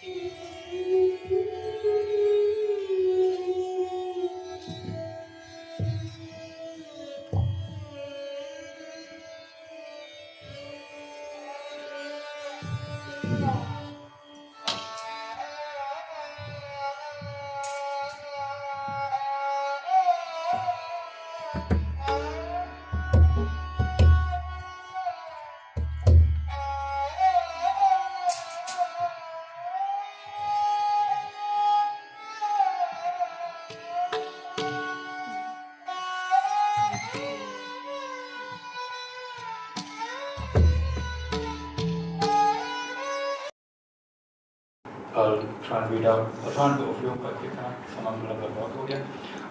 How do we help change the narrative to stop asking for justice and push to a sovereign way of thinking? वही गल आपां हुणी कीती जेहड़ी कि इतिहास दे विच जेहड़ी chapter uh बदलदे रहिंदे uh, chapters close, new ones open. So I think that's happening. I think maybe आपां ये गल समझ गए हैं कि this is the latest part of our ongoing संघर्ष. To be I think I might have covered that.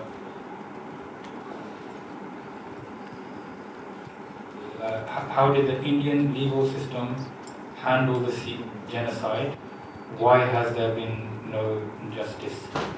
So I think if this is specifically referring, I don't know what this is specifically referring to when we talk about genocide. शायद see June ਦੀ ਗੱਲ ਕਰਦੇ ਹਾਂ ਜਾਂ November the. November there's been a few arrests. Well, there's been a few sentences for November, and there's been reparations. See, in the widow colony, there's been reparations by the government. Of course, it's been handled. If I'll just talk about November, I think that's what you're referring to when you say Sikh genocide.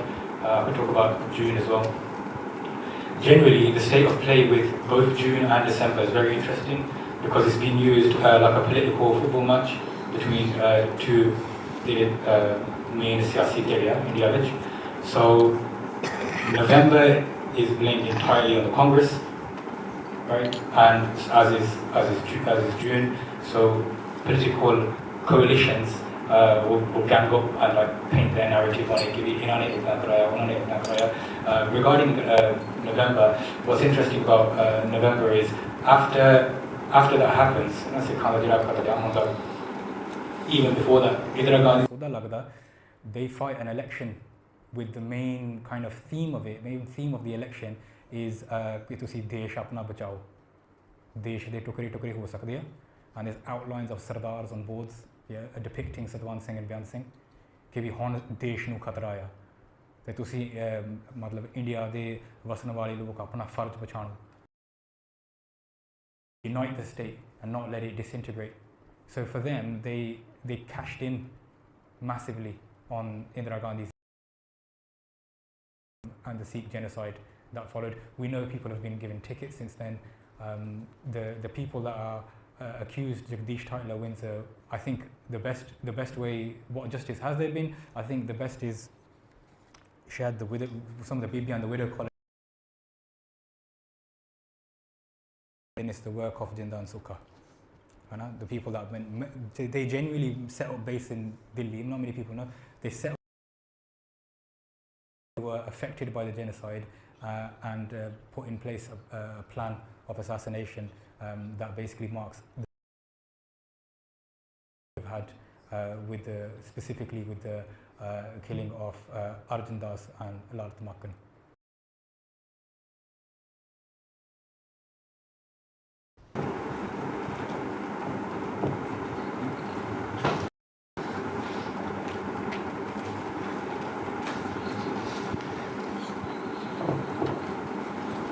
The question is, I feel youngsters from UK are getting disconnected from our Gurukars.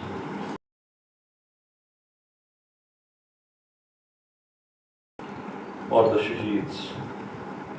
What can be or should be to get them in more? Yeah, it's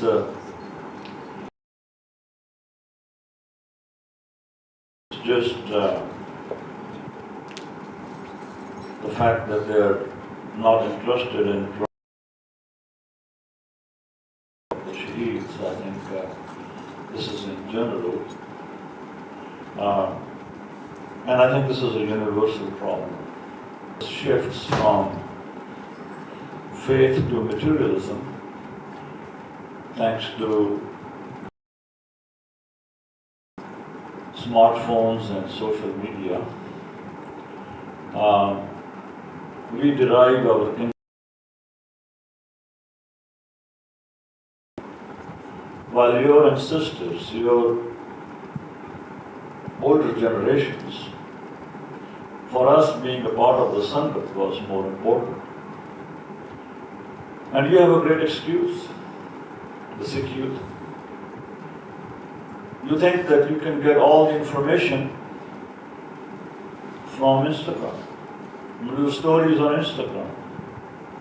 You don't even go read the websites. You just need little, 5-second clips, and you think you are the smartest. In our day and age, I think our satisfaction would be to sit in the Sangat, where you may not understand a single word of it. Not only gratifying, but uplifting. I hope you understand the difference between uplifting and gratifying. And I don't have a solution for this. Only the youth has a solution for it. People talk a lot about this. That is true. They don't let go of the control. Who are they going to hand it over to? Is there anybody willing to take the baton? How many of you actually come to the Gurdwara, not for the sake of 1984 or the other Shaheeds, but just to Kirtan journey? Is that even on your priority list? Is it even on the priority list of today's youth to stand in the Joda car and clean the Jode? It's not.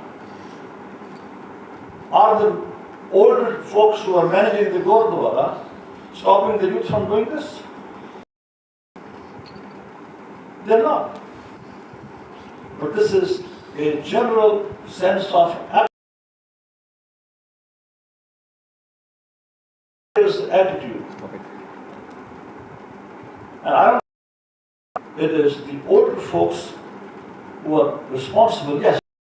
To deal with these older people is very frustrating. So you find that it's like a wall in front of you. They don't seem to understand the way you think. Sure. But there's a host of other things which you can participate in, uplift yourself, and convince the older folks that this person is really.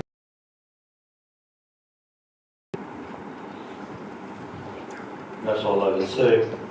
I mean, this question, I think that if you ask me the answer to this question, is the 1 hour lecture. There's a lot of reasons. मेरे को एक question हो रहा है, आप फिर कर लेंगे.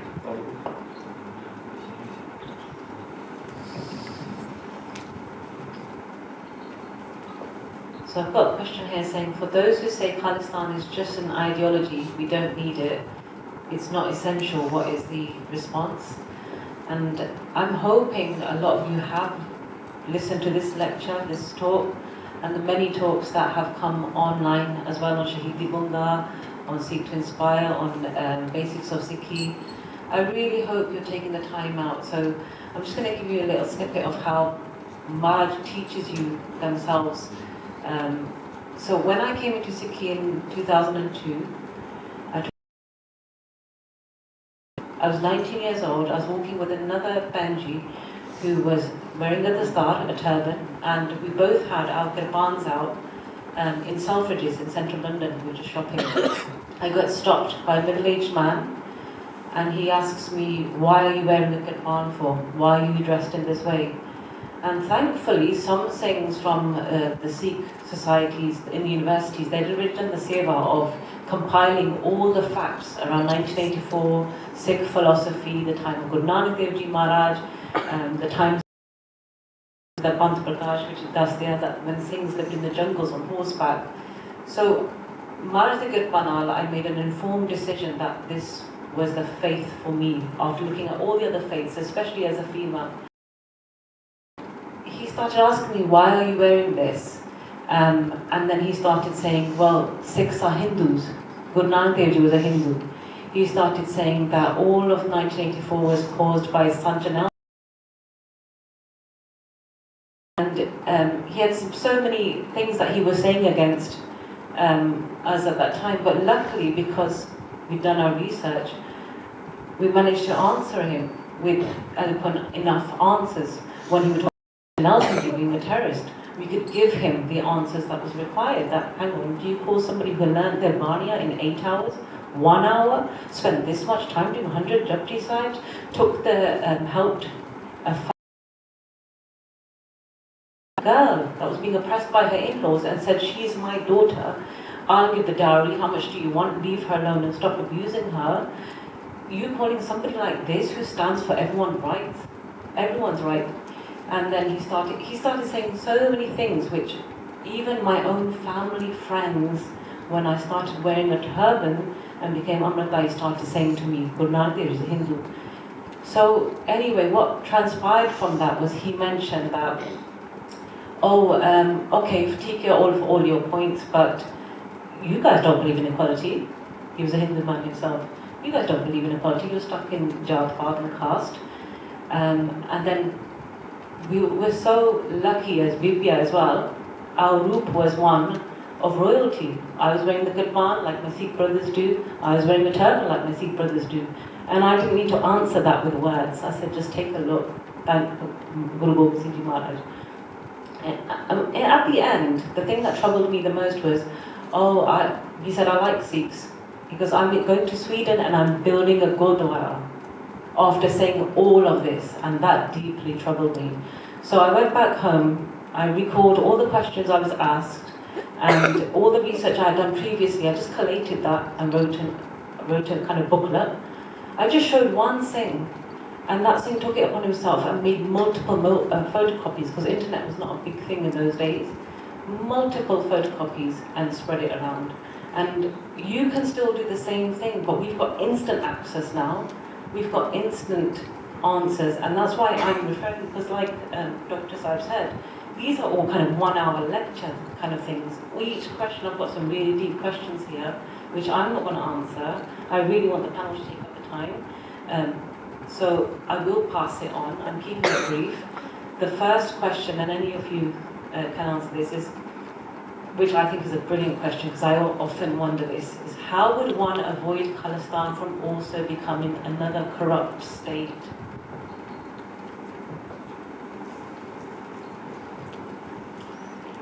We need the future citizens of Khalistan to be well educated, to be aware, to be alert, to be awake. Otherwise, it's going to slip back into that same state which we're going to then regret. That's why when somebody asks me, "Are you prepared for Khalistan?" I kind of well, maybe, maybe not. Some people don't like this response. But that's all right. I think we are all a part of a big spectrum. I think we certainly need Khalistan. Because without Khalistan, the thoughts, the purpose, Guru Nanak Dev Ji's Prakash is going to be lost. Because neither the communists nor the capitalists tolerate what Guru Nanak Dev Ji brought to this earth. They cannot live with it. It compels them to shut down their shops. So, I think कि तुसी नौजवान अपने ideals तो जानू होवो. That is the only way we can prevent Khalistan from becoming a capitalist or communist country. When you figure out the beauty and the fragrance of Guru Nanak's path, and not only just figure out, but also make it a part of yourself, no power on earth will ever be able to take Khalistan's high ideals away from us. It's harder there. Obviously, it's harder there. When we talk, do we actually walk the talk, or we're just making up fanciful statements using these beautiful words? The Gurdwara Prabandhaks need to start walking the talk as well. ਲੱਛੇਦਾਰ ਗੱਲਾਂ ਕਰਨੀਆਂ ਹੋਰ ਗੱਲ ਹੁੰਦੀ ਹੈ, ਆਪਣੇ ਕਿਰਦਾਰ ਨੂੰ ਕਰਨਾ ਇੱਕ ਵੱਖਰੀ ਗੱਲ ਹੁੰਦੀ ਹੈ। ਇਹ ਕਿਰਦਾਰ ਕਰਿਆ ਜਾਂਦਾ ਸ਼ਬਦ ਦੇ ਨਾਲ, ਗੁਰਬਾਣੀ ਦੇ ਨਾਲ, ਇਤਿਹਾਸ ਦੇ ਨਾਲ। ਇਹਨਾਂ ਚੀਜ਼ਾਂ ਨੂੰ ਸਾਨੂੰ ਪੜ੍ਹਨ ਦੀ ਲੋੜ ਹੈ। ਇੱਕ ਮੇਰੇ ਕੋਲ ਸਵਾਲ ਆਇਆ ਸੀਗਾ ਇੱਥੇ। The three questions I'm going to go very quickly. Can you please name some of the Sikh Bibiyan who helped in 1984? Countless. They are the unsung heroes of this campaign. Countless, hundreds. We just have two of them up there on those two panels there. Women called Khalsa. When her husband, Sardar Priam Singh, sacrificed himself on 31st October 1984. Guess what was her state? She had a 1-year-old son. She had a 5-year-old son. She had a 6-year-old daughter. And she was a nurse by profession. Imagine what she did after that. She jumped into the arena of the Sikh campaign against injustice. She had a gun on her temples pointed all the time, yet she continued the path. She was finally killed. She became a Shaheedi, even though the government wouldn't admit it. Countless people. मैं और भी सीगा नॉर्थिक्स story सांझी की थी of a friend who the CRPF, the Central Reserve Police, the paramilitary forces of the Indian government had encircled their house and they came in to arrest him, and the police guys took him away, and as they were taking him out of the house through that side alley, he said my mom came up to me, running behind me, and she came in and she kind of tapped on my shoulder, and I stopped for a moment and I looked around, and her eyes kind of straight into my eyes, looking into my eyes, fearless. She says, "Beta, घबराई ना, कल की हमारा पास से तगड़ा है." Who would you call this woman? She is the spirit. We need more like her. We need more like her. For us, जिन्हें से यूथ बैठे हो, थानों चंगा लगता है कि गन फाइट हो गया है, किसी ने शहीदी दे दी है, किसी उन्हें स्टोरीज में एक बार मान के कुछ तोड़ने हैं. What about this women? Who have nurtured these kids to become heroes, and they remain unidentified, all their moms.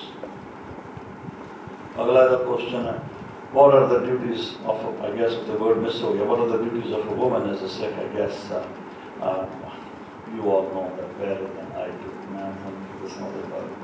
Last part, do Hindu people celebrate for what happened in 1984? Most of them, not all of them. I have eyewitness accounts where they say when the tanks had entered the Pakarma, prisoners were all taken and tied by the Romdastara and the Pakarma. It was kind of hard. Whole bunch of Hindus walked into the complex and they brought chole puri and they distributed it to the Hindu soldiers. Sikh soldiers were also there. And this guy says the Sikh soldiers refused to accept anything from them, but the Hindu soldiers were eating the chole puri. And all the Sikh prisoners who were in the Pakarma, he says, we all jumped up, I don't know where we got the strength from, and we started shouting Khalistan Jindabad. And the army officers came around and said, what's happening here? So they said, these folks are bringing in chole puri and celebrating the attack. We're not going to tolerate that. They turned them away. He also says that when they arrested them and they were taken to the military camp, on the roofs, on the sides of the road, cities are mostly Hindu dominated. And they were all cheering. They were all cheering in the streets of Amritsar. So, I think that's how states operate. They divide, they create these walls, they create these divisions, they make people kind of go against each other so that we don't focus on the real issues. There was no genocidal event during the Raj of Maharajjit Singh. Hindus and Sikhs and Muslims lived, they coexisted. There are no problems. So I think this is a very sensitive issue. So we need to keep this in mind. I agree with that. So I'll try and keep mine brief. So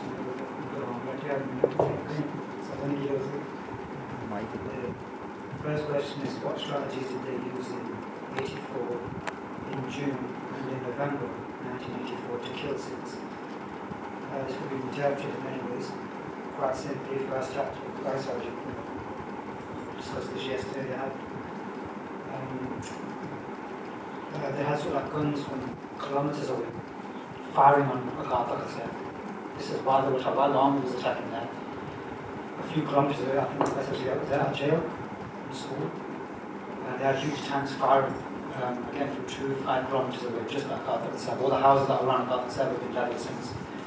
The army obviously came in, they used tanks, they used helicopters, they used many sort of army tactics. It was just a slaughter tactic. They just wanted to create maximum damage. They chose June 1984, they chose the Shaheedi people of Maharajjit Singh because the most sun they could be there on that day. This was a purpose.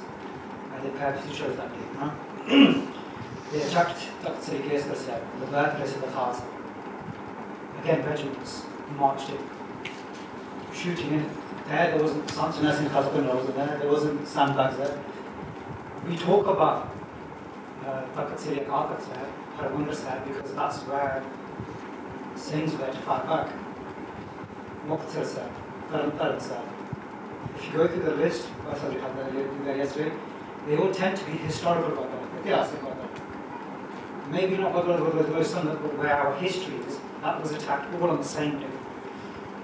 So that was one tactic. Again, it was just a slaughter tactic. November 1984, jails were emptied. Talking about the worst people of society were actually taken out of jail by politicians. They were given bottles of beer, sharab, Naksha, to try and get them sort of in a mood or whatever it is, into some sort of trance. They were marched on the streets of Delhi. They were picked out. Sikh homes, businesses were all picked out. They all had their own electoral register. So from years of us being law-abiding citizens, that was then now used against us.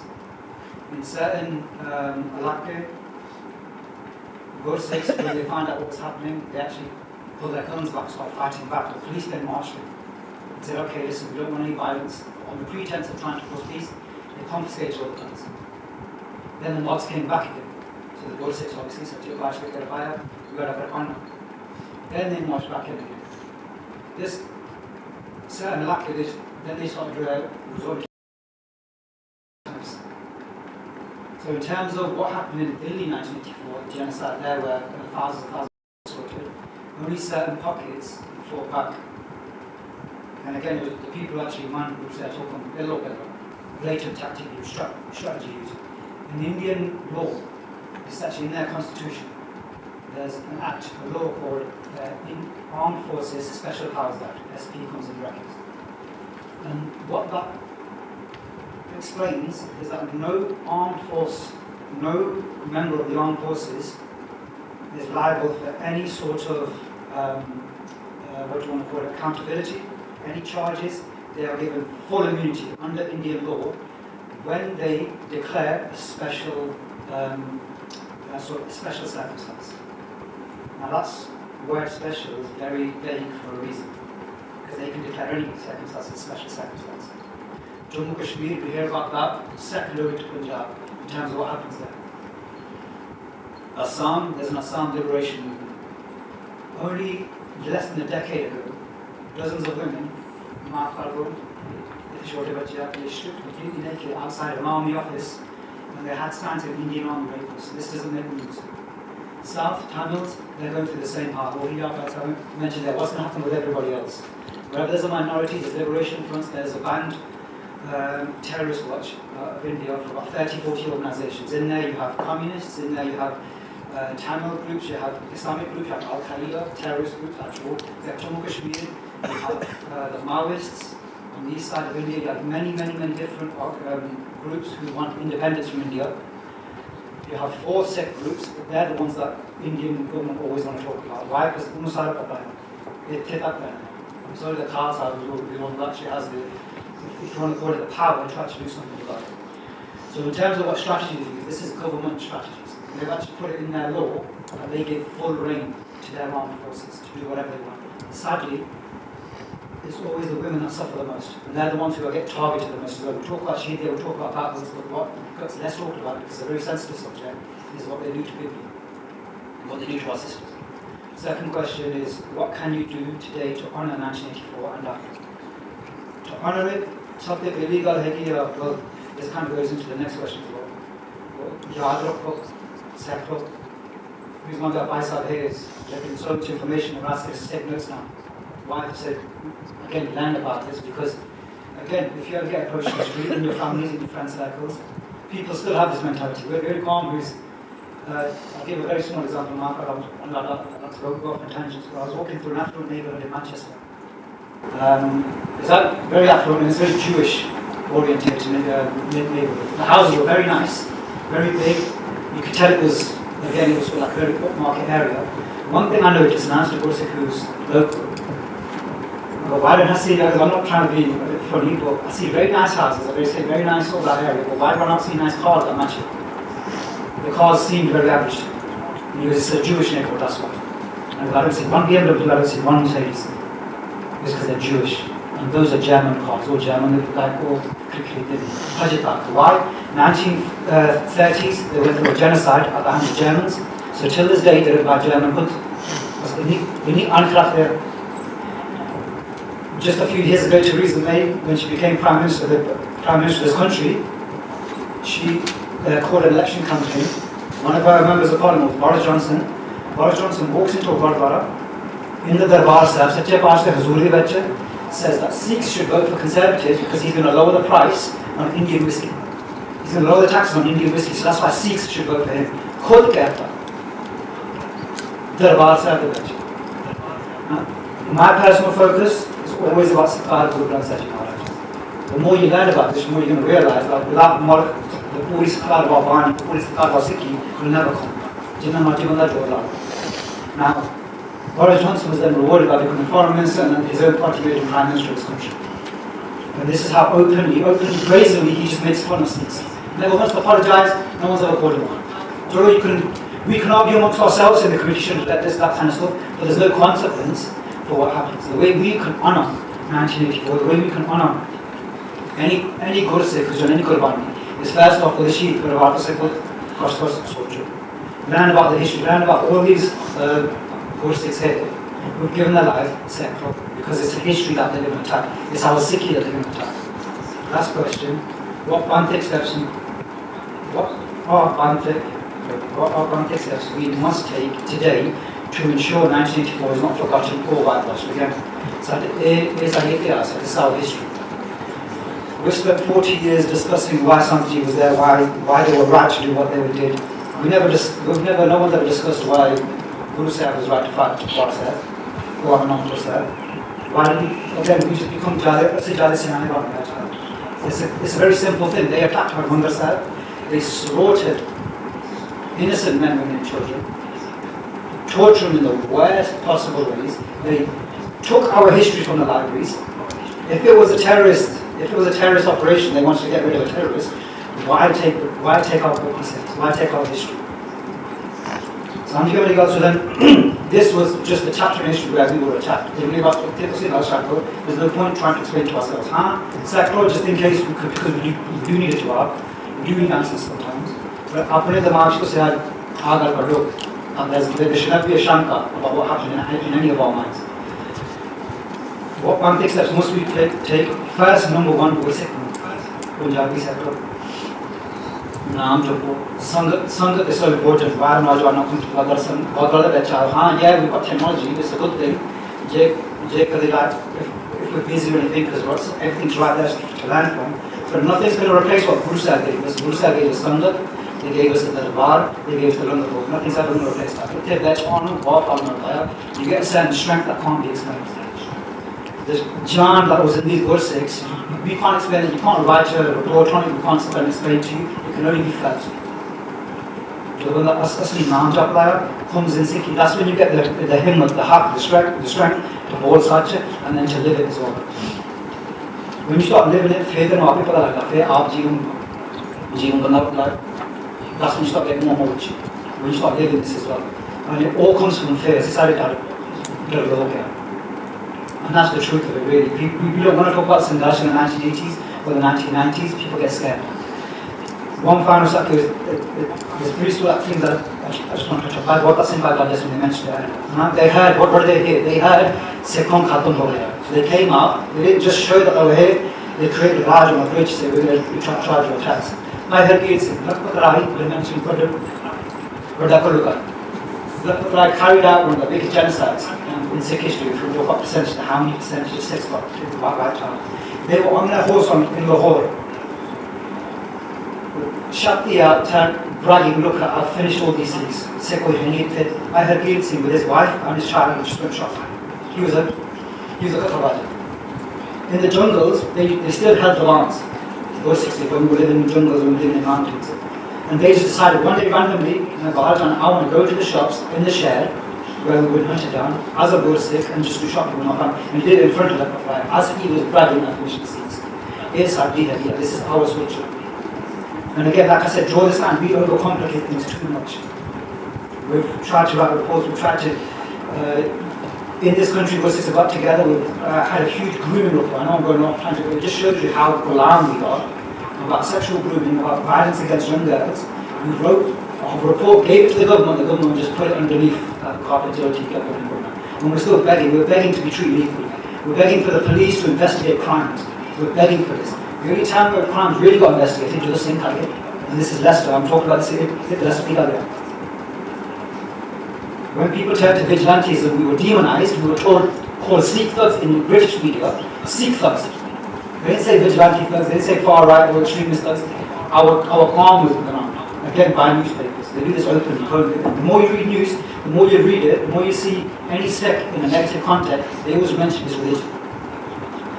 They wouldn't dare do that to Muslims because of the jawab and so we got there so that whenever there's a Sikh jawab, when we do a jawab the way Sikhs do, that's when all of a sudden we get some sort of problem. Third thing is, in the early 90s, the government then came to Mehta, the movement itself.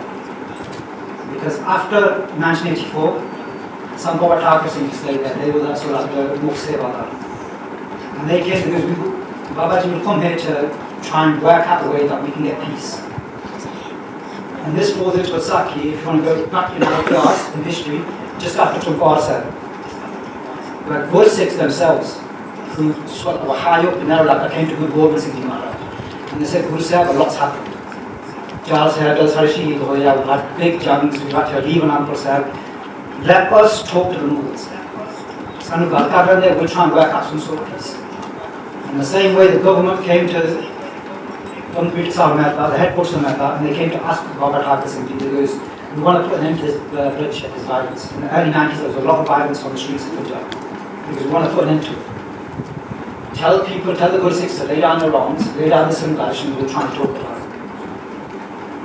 Guru Gobind Singh Ji Maharaj did jawab to his own Guru Sikhs, and this is what we need to listen to. You come here to talk to me, you come here to samjha me. And this is the problem, we get too siana. The hukum is correct, the hukum is direct. Because they've killed my 4 sons and you want me to stop talking peace to them. They've committed genocide on us. And people are still talking about, and I'm not talking about the British government, the Indian government, the British government as well, the SAS soldiers, they're training the British government, the Indian army. This is our government, this is where we live, the Sikhi treasury army. Nazanin Zaghari Ratcliffe, everyone knows her name, she was a woman detained in Iran. The government didn't stop until she was back. Have they mentioned once Jagtar Singh Jori? The Sikh Islam actually mentioned his name once ever in the parliament or anything like that. Why he's a good Sikh, he's a Sikh in Indian jail, he hasn't even had a trial. So this is what I'm saying, Santhi's words were true now as they were then, as if they people are now. Maharajjit Singh then explained to these government officials, where have you come from? They looked at me, he goes, we come from Delhi. How many times have you stopped? They never push you. You didn't want to get into politics or nothing like that. How many times have you stopped? Not once. I'll come from Darbar side. Anyone who knows anything about geography, you know the distance between Delhi and Mehta and the distance between Amritsar and Mehta. And he goes, I got stopped 8 times. You didn't get stopped once in your Hindu. We'll treat us equally first, then we'll talk about having some sort of conversation.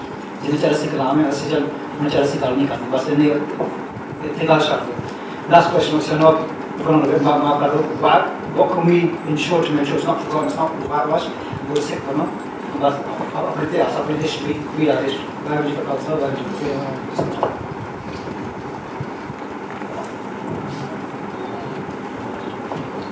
Waheguru ji ਕਾ ਖਾਲਸਾ ਵਾਹਿਗੁਰੂ ਜੀ ਕੀ ਫਤਿਹ ਮੈਂ ਸਮਝਦਾ ਪਹਿਲਾਂ first of all that when someone comes to your home, this is our home city, you should take your time to listen to people who come and apni awaaz that doesn't really matter on that day because these are guests, they're mehman, they're vidwan. What they've said already has really covered everything. Even the 3 things in front of me, they've already said every single point. I'm just going to mention one thing. There's a question and answer between a Sikh called Maharajjit Singh and Santhiya. You can find the recording on gurmatvichar.com. You click on Katha, Pratan Katha, Santhiya Singh ji, and you'll find the 41 questions. You might find it hard to listen to because the audio is how it was recorded in those days, it's not been digitally cleaned. He asked 41 questions. This Gyani Singh was from Delhi originally, but he would write an editorial in a Sikh journal that used to be published in Mumbai. And he asked Santhiya a question. This is roughly August 1983. The Dharma Yudh Morcha is going on, and the question was, the Dharma Yudh Morcha that you started, since it was started in 1982, July 1982, since the Dharma Yudh Morcha was started, and notice the word Dharma, they said, what's been your prapti? What's been the 2 main achievements? And Sanji pauses for a minute, for about 5 seconds, and they say, I think the greatest prapti has been the Panth jehda hai ikkatha ho gaya. That was the first thing they said. The second thing they said, कि Panth de vich ehsaas ho gaya कि aapa gulam hai. 2 things, just to kind of put it into perspective. They say the Panth has got together and they say that we are gulam, we are slaves, we are secondary citizens. And everyone has that feeling. Every Sikh has that feeling. Now, it's not a nice feeling, is it? it's not a nice feeling to know that you're a secondary citizen. But we can't relax in these countries either. We've seen it in Canada. We went to America last year, in the summer last year, October. We met Najwan, probably younger than me, probably these things, they're probably younger. They were at university studying there, doing masters and stuff like that. I'm just going to do a comparison. About a week ago, there was like a scholarly get-together of all the PhD type doctors, type masters type students in the UK. But and there was about 20 people on there, all really individuals, Sikh and they all had different topics that they were going to talk about. Not a single person talked about freedom or slavery from Indian state or justice. Not a single Sikh scholar spoke about that.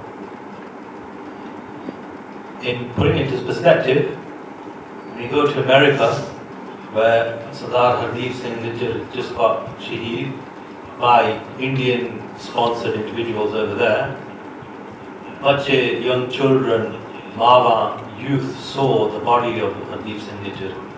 And one of the things they were saying that when they were standing beside the Sarup of Hardeep Singh, the mothers were saying to their children, "Ke matha dekho, ye shaheed di deya." This is the body of a shaheed. And we've forgotten it. We've become so desensitized that our scholars, our young children, doctors, and all the PhD student people studying, they've got no khayal about what's going on back home. Koi dard nahi hai. And in America, you've got Najwan who are so tatpar. They want the world to know, okay, look, this has happened. We've got transnational killings going on. You've got people who are not in Gursikhi Sarup, but they're talking on stages because they own media companies about how important it is to put the Panth agenda forward. Mars News, if you've ever heard of it, the editors of them. They're not Gursikhs, but they've got they've got the energy in them. They feel the dard. They are pasute. So, just relating back, some of the things I've even been there, I don't know, sitting in this room. But Maharajjit Singh, who looked after the Sal in the presence of Sanjanal Singh and after, they went leads in this country. Must be around late 90s, probably, early 2000, maybe 2000, around that, 2002, around that time. And they were walking on a pathway in a dual carriageway, and there was loads of things with them. They were walking, everyone's feeling quite, yeah, look, we're part. They were feeling a bit proud. And Babaji goes, "Sare aage ho," and then they walk into the road in oncoming traffic in a dual carriageway. All the people swearing, horning, cars, everything. Babaji ture gaye, all the things walking as well in the middle of the traffic. Then the horning stopped. Everyone stopped horning. Babaji just kept walking. All the things kept walking. And some of the things were worried, like they were like thinking we might get run over, there might be some collision. They were worried about the insults. But then they thought, forget it. Why are we worried for? Babaji's walking. Why don't we walk? No, they were quite elderly at that time. And then they were trying to make the things feel their stars. If I get gulami chadaniya, gulami kataniya, we're going to cut the noose of gulami. So can you feel that feeling? You're walking in the midst of traffic, you'll feel gulam, don't you? Because you think you're risking yourself, you think it's going to hit me, it's going to hit me, it's going to hit me. But when you're in the company of elevated souls, the Jardigala souls that live to the teachings of the Guru Sahib himself, Guru Arjan Dev Ji did Shaheedi for the sake of the Sikhs' Vachan, the instruction of a Sikh, Ke Rishtana Parvan Karo. Guru Dev Bahadur Ji Maharaj gave their Sikhs for the same faith that turned against us. Think about it. And now you have Gursikhs in 1947, we didn't have them at that time, but you have the Siddhant loving Gursikhs like Sanjanal Singh, to the T, Haq Bala, Sabto Bala. And if anyone ever does, my point is, coming to it, that if you're going to use your skills and knowledge as young individuals today, use it for Gursikhi. Use your occupation to do something for Gursikhi. If you're looking to become a doctor, here's a doctor, ask them what they've done in their occupation, how they can. What I feel, like I thought to myself today, that when Sukha Singh and Mehtab Singh were sitting in the jungles of Bikaner, it was another state, the state outside of Punjab. Obviously, was Bikaner part of Punjab at that time? Rajasthan. And there was one Gursikh who travelled all the way from Amritsar side to tell the story of what happened. And if that Gursikh hadn't come out and explained what happened, do you think Sukha Singh and Mehtab Singh would have stood up? Sukha Singh and Mehtab Singh stood up on the words, on the basis of the sharing that was done by that Gursikh from Muslims. So I feel quite blessed. Bhai Sahib has come in the country. I've watched how the exhibition has gone around the whole country, has grown. How many Gursikhs are? It's still not enough. It's still not enough. My ardas is that Bhai Sahib goes to more countries and enlighten seats. But we also need to play a part. We need to think, are we still feeling? How do you actually feel Ghulam? That if you're feeling that sense of Ghulami, that sense that our rights are not being given to us, then you're truly following the path of Shanti and what this is the last thing I want to say. In the 41 questions, one of the very first questions that they got asked, Sanji, was, are you political or are you dharmic? What is the relation between siyasat, politics, and dharam? And the answer, I think, very clearly puts everything into perspective. Faisal said that we're very unique from capitalism, we're unique from communism, we're a unique sort altogether. That fits in with the spiritual teachings as well. When the Brahmins, when the Muslims used to come and ask Guru Nanak Dev Ji, what did Guru Nanak Dev Ji do? They put the flower on the vata, didn't they? And the flower just floated, didn't they? Maharaj said to the Peer of Multan, I'm not here to stress you out, we're here to float a bit and provide a different philosophy. Everyone Siddhs and all those things, Guru Nanak Dev Ji said, when you go to Darbar Sahib, the Meedi Piri, the Nishan Sahibs, what's bigger? Look at the Nishan Sahib, which is bigger? Piri da Vadaya, Dharam da Vadaya, always. And Sanji's reply should always be synonymous with what they said to that guy. They said, Apa Dharam de Naal Jure, we are part of Dharam. Dharam is us. Our mortar is dharmic, based on faith. And then they give an example. They say, if Meedi and Piri are together, relationship together. What's my relationship? Position we are, right? So the position, he made very clear. He said, the horse is politics, and Dharam is the rider. Think about that. So the horse, Horiya, the Dharam Jadaya, was Swara. And that makes so much sense. It's international. Everywhere the fight is fought. This country which came.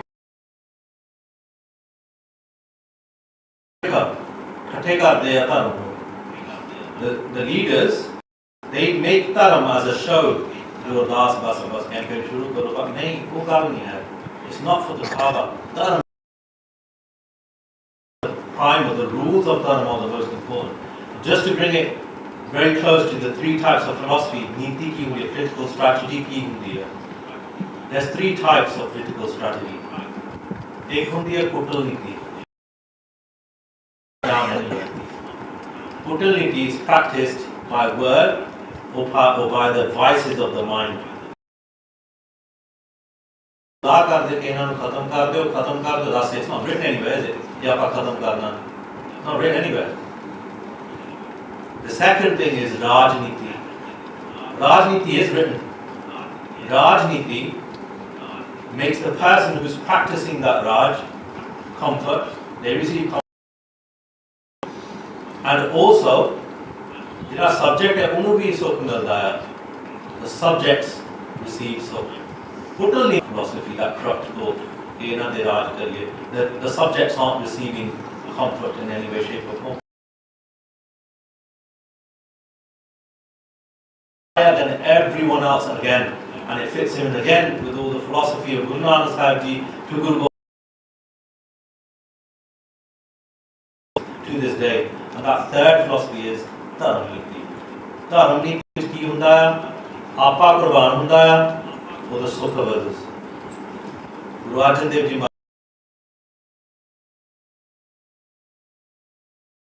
that to us to this day. That's the fight. Now he said it's continuing, it's going to keep on going. The fight is Sadivi for us, always. Always. Letters, what they said, will keep coming back again and again to chop the head of oppressors. And they accept it. They accept it with Jagare and Kushni. Have anything further to add apart from the power and our basis of everything? Teach your children Santhiya. Come and do Santhiya with them. Santhiya is the key. You learn how to recite Gurbani, Punjabi, aap develop ho jani hai. That's the key thing. Sangat cha aao, Sangat is people, the Guru Cars were full. Kirtan used to be listened to.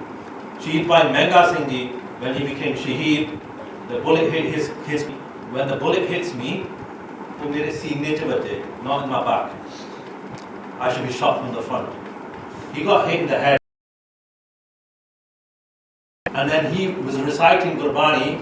His swas came out after they did the saskar when he recited the whole of Sukhmani Sahib part, memorized by heart, and then his swas left his body.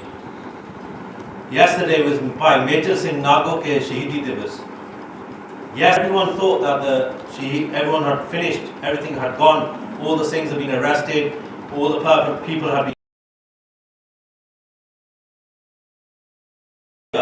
to check what had happened at the Darbar Sahib. He was with his security guards.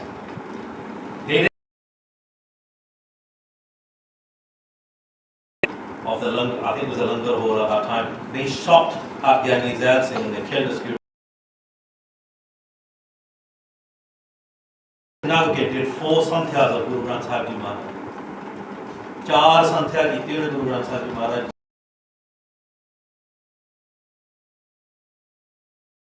ਵੱਧ ਤੋਂ ਵੱਧ ਬਾਣੀ ਪੜ੍ਹੀਏ, ਵੱਧ ਤੋਂ ਵੱਧ ਬਾਣੀ ਸੁਣੀਏ, ਵੱਧ ਤੋਂ ਵੱਧ ਬੱਚਿਆਂ ਨੂੰ you do Kirtan, listen to Katha. Even if you don't understand it, Gurbani is paras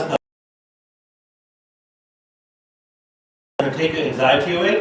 Even if you don't understand it, it's going to give you gifts. Je Maharaj John, don't forget that Sakhi, Guru Har Krishan Sahib Ji Maharaj, that they made a deaf person and a mute person couldn't speak and couldn't. He japa puchde ke Punjabi sanu audi nahi hegi. Guru Sahib kirpa karke ekdam hi de sakde sara kuch.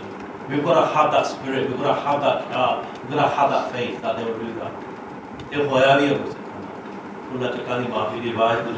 समाप्ति अपना जो दवान अपना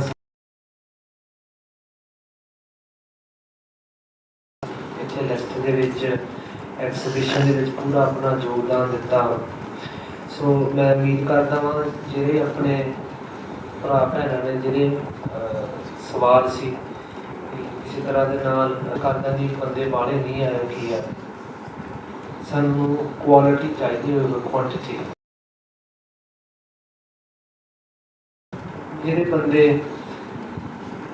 ਆਪਣਾ ਕਿ ਪੰਥਿਕ ਜਿਹੜੇ ਕਹਿ ਸਕਦੇ ਆ ਵੀ ਜਿਹੜੇ ਇੱਥੇ ਨਹੀਂ ਹਾਜ਼ਰੀ ਦਿੱਤੇ ਵੀ ਮੇਰੇ ਕਈ ਵਾਰੀ ਮਨ ਸਾਨੂੰ ਬਹੁਤ ਕਹੀ ਜਾਂਦਾ ਵੀ ਤੁਸੀਂ ਗੁਰਦੁਆਰੇ ਇੱਦਾਂ ਹੁੰਦੀ ਇੱਦਾਂ ਨਹੀਂ ਕਰਨੀ ਚਾਹੀਦੀ ਇੱਦਾਂ ਕਰਨੀ। ਲੇਕਿਨ ਇੱਕ ਗੱਲ ਮੈਂ ਸਾਰਿਆਂ ਨੂੰ ਬੇਨਤੀ ਕਰਦਾ ਜਿਹੜੀ ਇਹ ਵੀ ਕਈ ਮੈਂ ਦੇਖਿਆ ਸੱਜਣ ਇੱਥੇ ਕਦੇ ਵੀ ਕੋਈ ਆਪਣਾ ਸਮਾਗਮ ਹੋਵੇ ਟੋਕ ਆ ਜੇ ਨਹੀਂ ਹੈਗੇ ਸਾਨੂੰ ਕਰਦੇ ਵੀ ਤੁਸੀਂ ਕਿਹੜਾ ਆ ਜੇ ਵਿੱਚ ਆਏ ਵੀ ਕੋਈ ਵੀ ਸਿੰਘ ਕੋਈ ਵੀ ਪੰਥਿਕ ਕਾਰਜ ਕਰਦਾ ਅਸੀਂ ਪੂਰੀ ਸਪੋਰਟ ਕਰਦੇ ਭਾਵੇਂ ਸਾਡੀ ਬੋਲਬਾਣੀ ਹੈਗੀ।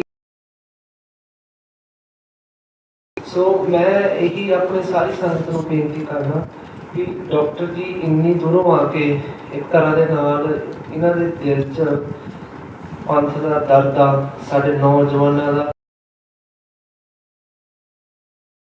ਸਾਖੀਆਂ ਜੋ ਹੱਡ ਬੀਤੀਆਂ ਇਹਨਾਂ ਦੇ ਨਾਲ ਹੈਗੀਆਂ ਵਾ, ਵੀ ਸਾਡੇ ਨਾਲ ਤਾਂ ਵਿਚਾਰਦੇ ਆ ਵੀ ਸਾਡਾ ਵੀ ਉਤਸ਼ਾਹ, ਸਾਡੀ ਭਾਵਨਾ ਬਣੇ। ਸੋ ਜੋ ਐਕਸੀਬਿਸ਼ਨ ਹੋਇਆ ਵਾ ਵੀ ਸੰਗਤ ਜੀ ਜ਼ਰੂਰ ਅਸੀਂ ਕੁਛ ਨਾ ਕੁਛ ਇੱਥੋਂ ਲੈ ਕੇ ਜਾਈਏ।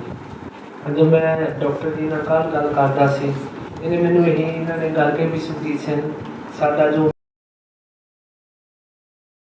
ਭਜਨ ਦਾ, ਸੋ ਜਿੰਨਾ ਅਸੀਂ ਬਾਣੀ ਭਜਨ ਕਰ ਸਕਦੇ ਹਾਂ, ਬਾਕੀ ਮਹਾਰਾਜ ਨੇ ਆਪ ਹੀ ਸਾਡਾ ਹੱਥ ਫੜ ਕੇ ਸਾਰਾ ਕੁਛ ਕਰਾ ਦੇਣਾ। ਸੋ ਇੱਕ ਹੋਰ ਬੇਨਤੀ ਸੰਗਤ ਜੀ, ਮੂਲ ਮੰਤਰ ਦਾ ਜਾਪ ਸ਼ੁਰੂ ਕੀਤਾ ਵਾ, ਜਿੰਨਾ ਵੀ ਅਸੀਂ ਜਾਪ ਆਪਣੇ ਪੰਥ ਦੇ ਚੜ੍ਹਦੀ ਕਲਾ ਵਾਸਤੇ ਕਰ ਸਕਦੇ ਕਰੀਏ, ਭਾਵੇਂ ਥੋੜ੍ਹਾ ਹੋਵੇ ਜ਼ਿਆਦਾ ਹੋਵੇ। ਵੀ ਅਸੀਂ 10 ਕਰੋੜ ਦਾ ਜਾਪ ਸ਼ੁਰੂ ਕੀਤਾ, ਚਲੋ ਨੰਬਰਾਂ 'ਚ ਬਾਹਲਾ ਕੁਛ ਇੱਦਾਂ ਨਹੀਂ ਹੈ, ਅਸੀਂ ਜਿੰਨਾ ਵੱਧ ਤੋਂ ਵੱਧ ਕਰ ਸਕਦੇ ਹਾਂ। ਸੋ ਸੰਗਤ ਜੀ ਆਪ ਜੀ ਦਾ ਸਾਰਿਆਂ ਦਾ ਧੰਨਵਾਦ। ਵੀ ਸਾਡੇ ਕੋਲ ਕੋਈ ਵੀ ਗਲਤੀ ਹੋ ਗਈ ਆਪ ਜੀ ਦੇ ਚਰਨਾਂ 'ਚ ਮਾਫੀ ਮੰਗਦੇ ਹਾਂ। ਡਾਕਟਰ ਜੀ ਨੂੰ ਵੀ ਕੋਈ ਘਾਟ ਰਹਿ ਗਈ ਵੀ ਸਾਨੂੰ क्षमा ਕਰਨ, ਵੀ ਤੇ ਰੌਣਕ ਮੇਲੇ ਲੱਗਦੇ ਰਹਿਣ ਗੁਰਮੁਖਾਂ ਦੇ ਚਰਨਾਂ, ਇੱਥੇ ਗੁਰੂ ਘਰਾਂ ਦੇ ਵਿੱਚ ਸਾਡੇ ਅਸੀਂ ਵਿਛਰਦੇ ਰਹੀਏ। ਅਸੀਂ ਹੁਣ ਬੇਨਤੀ ਕਰਦੇ ਵੀ ਡਾਕਟਰ ਜੀ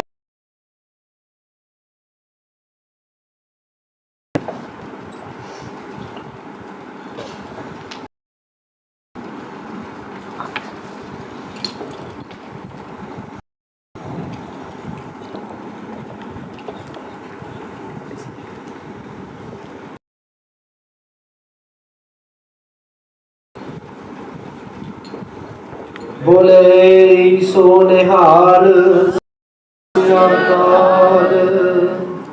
ਸੋ ਉਹ ਸਾਡਾ ਪਿਆਰਾ ਹੱਜੀ ਪਹਿਲੀ ਵਾਰੀ ਜਦੋਂ ਆਇਆ ਸੀ ਸਾਡੇ ਵਿੱਚ, ਸਾਡੀ ਪਹਿਲਾ ਬਰਸੀ ਸੀ। ਸੋ ਅਸੀਂ ਗੁਰੂ ਘਰ ਵੱਲੋਂ ਸਾਰੇ ਨੌਜਵਾਨ ਵੱਲੋਂ ਵੀ ਆਪਣੇ ਭਰਾ ਦਾ ਸਤਿਕਾਰ ਕਰਨਾ ਚਾਹੁੰਦੇ ਜੋ ਉਹਨਾਂ ਨੇ ਸੇਵਾ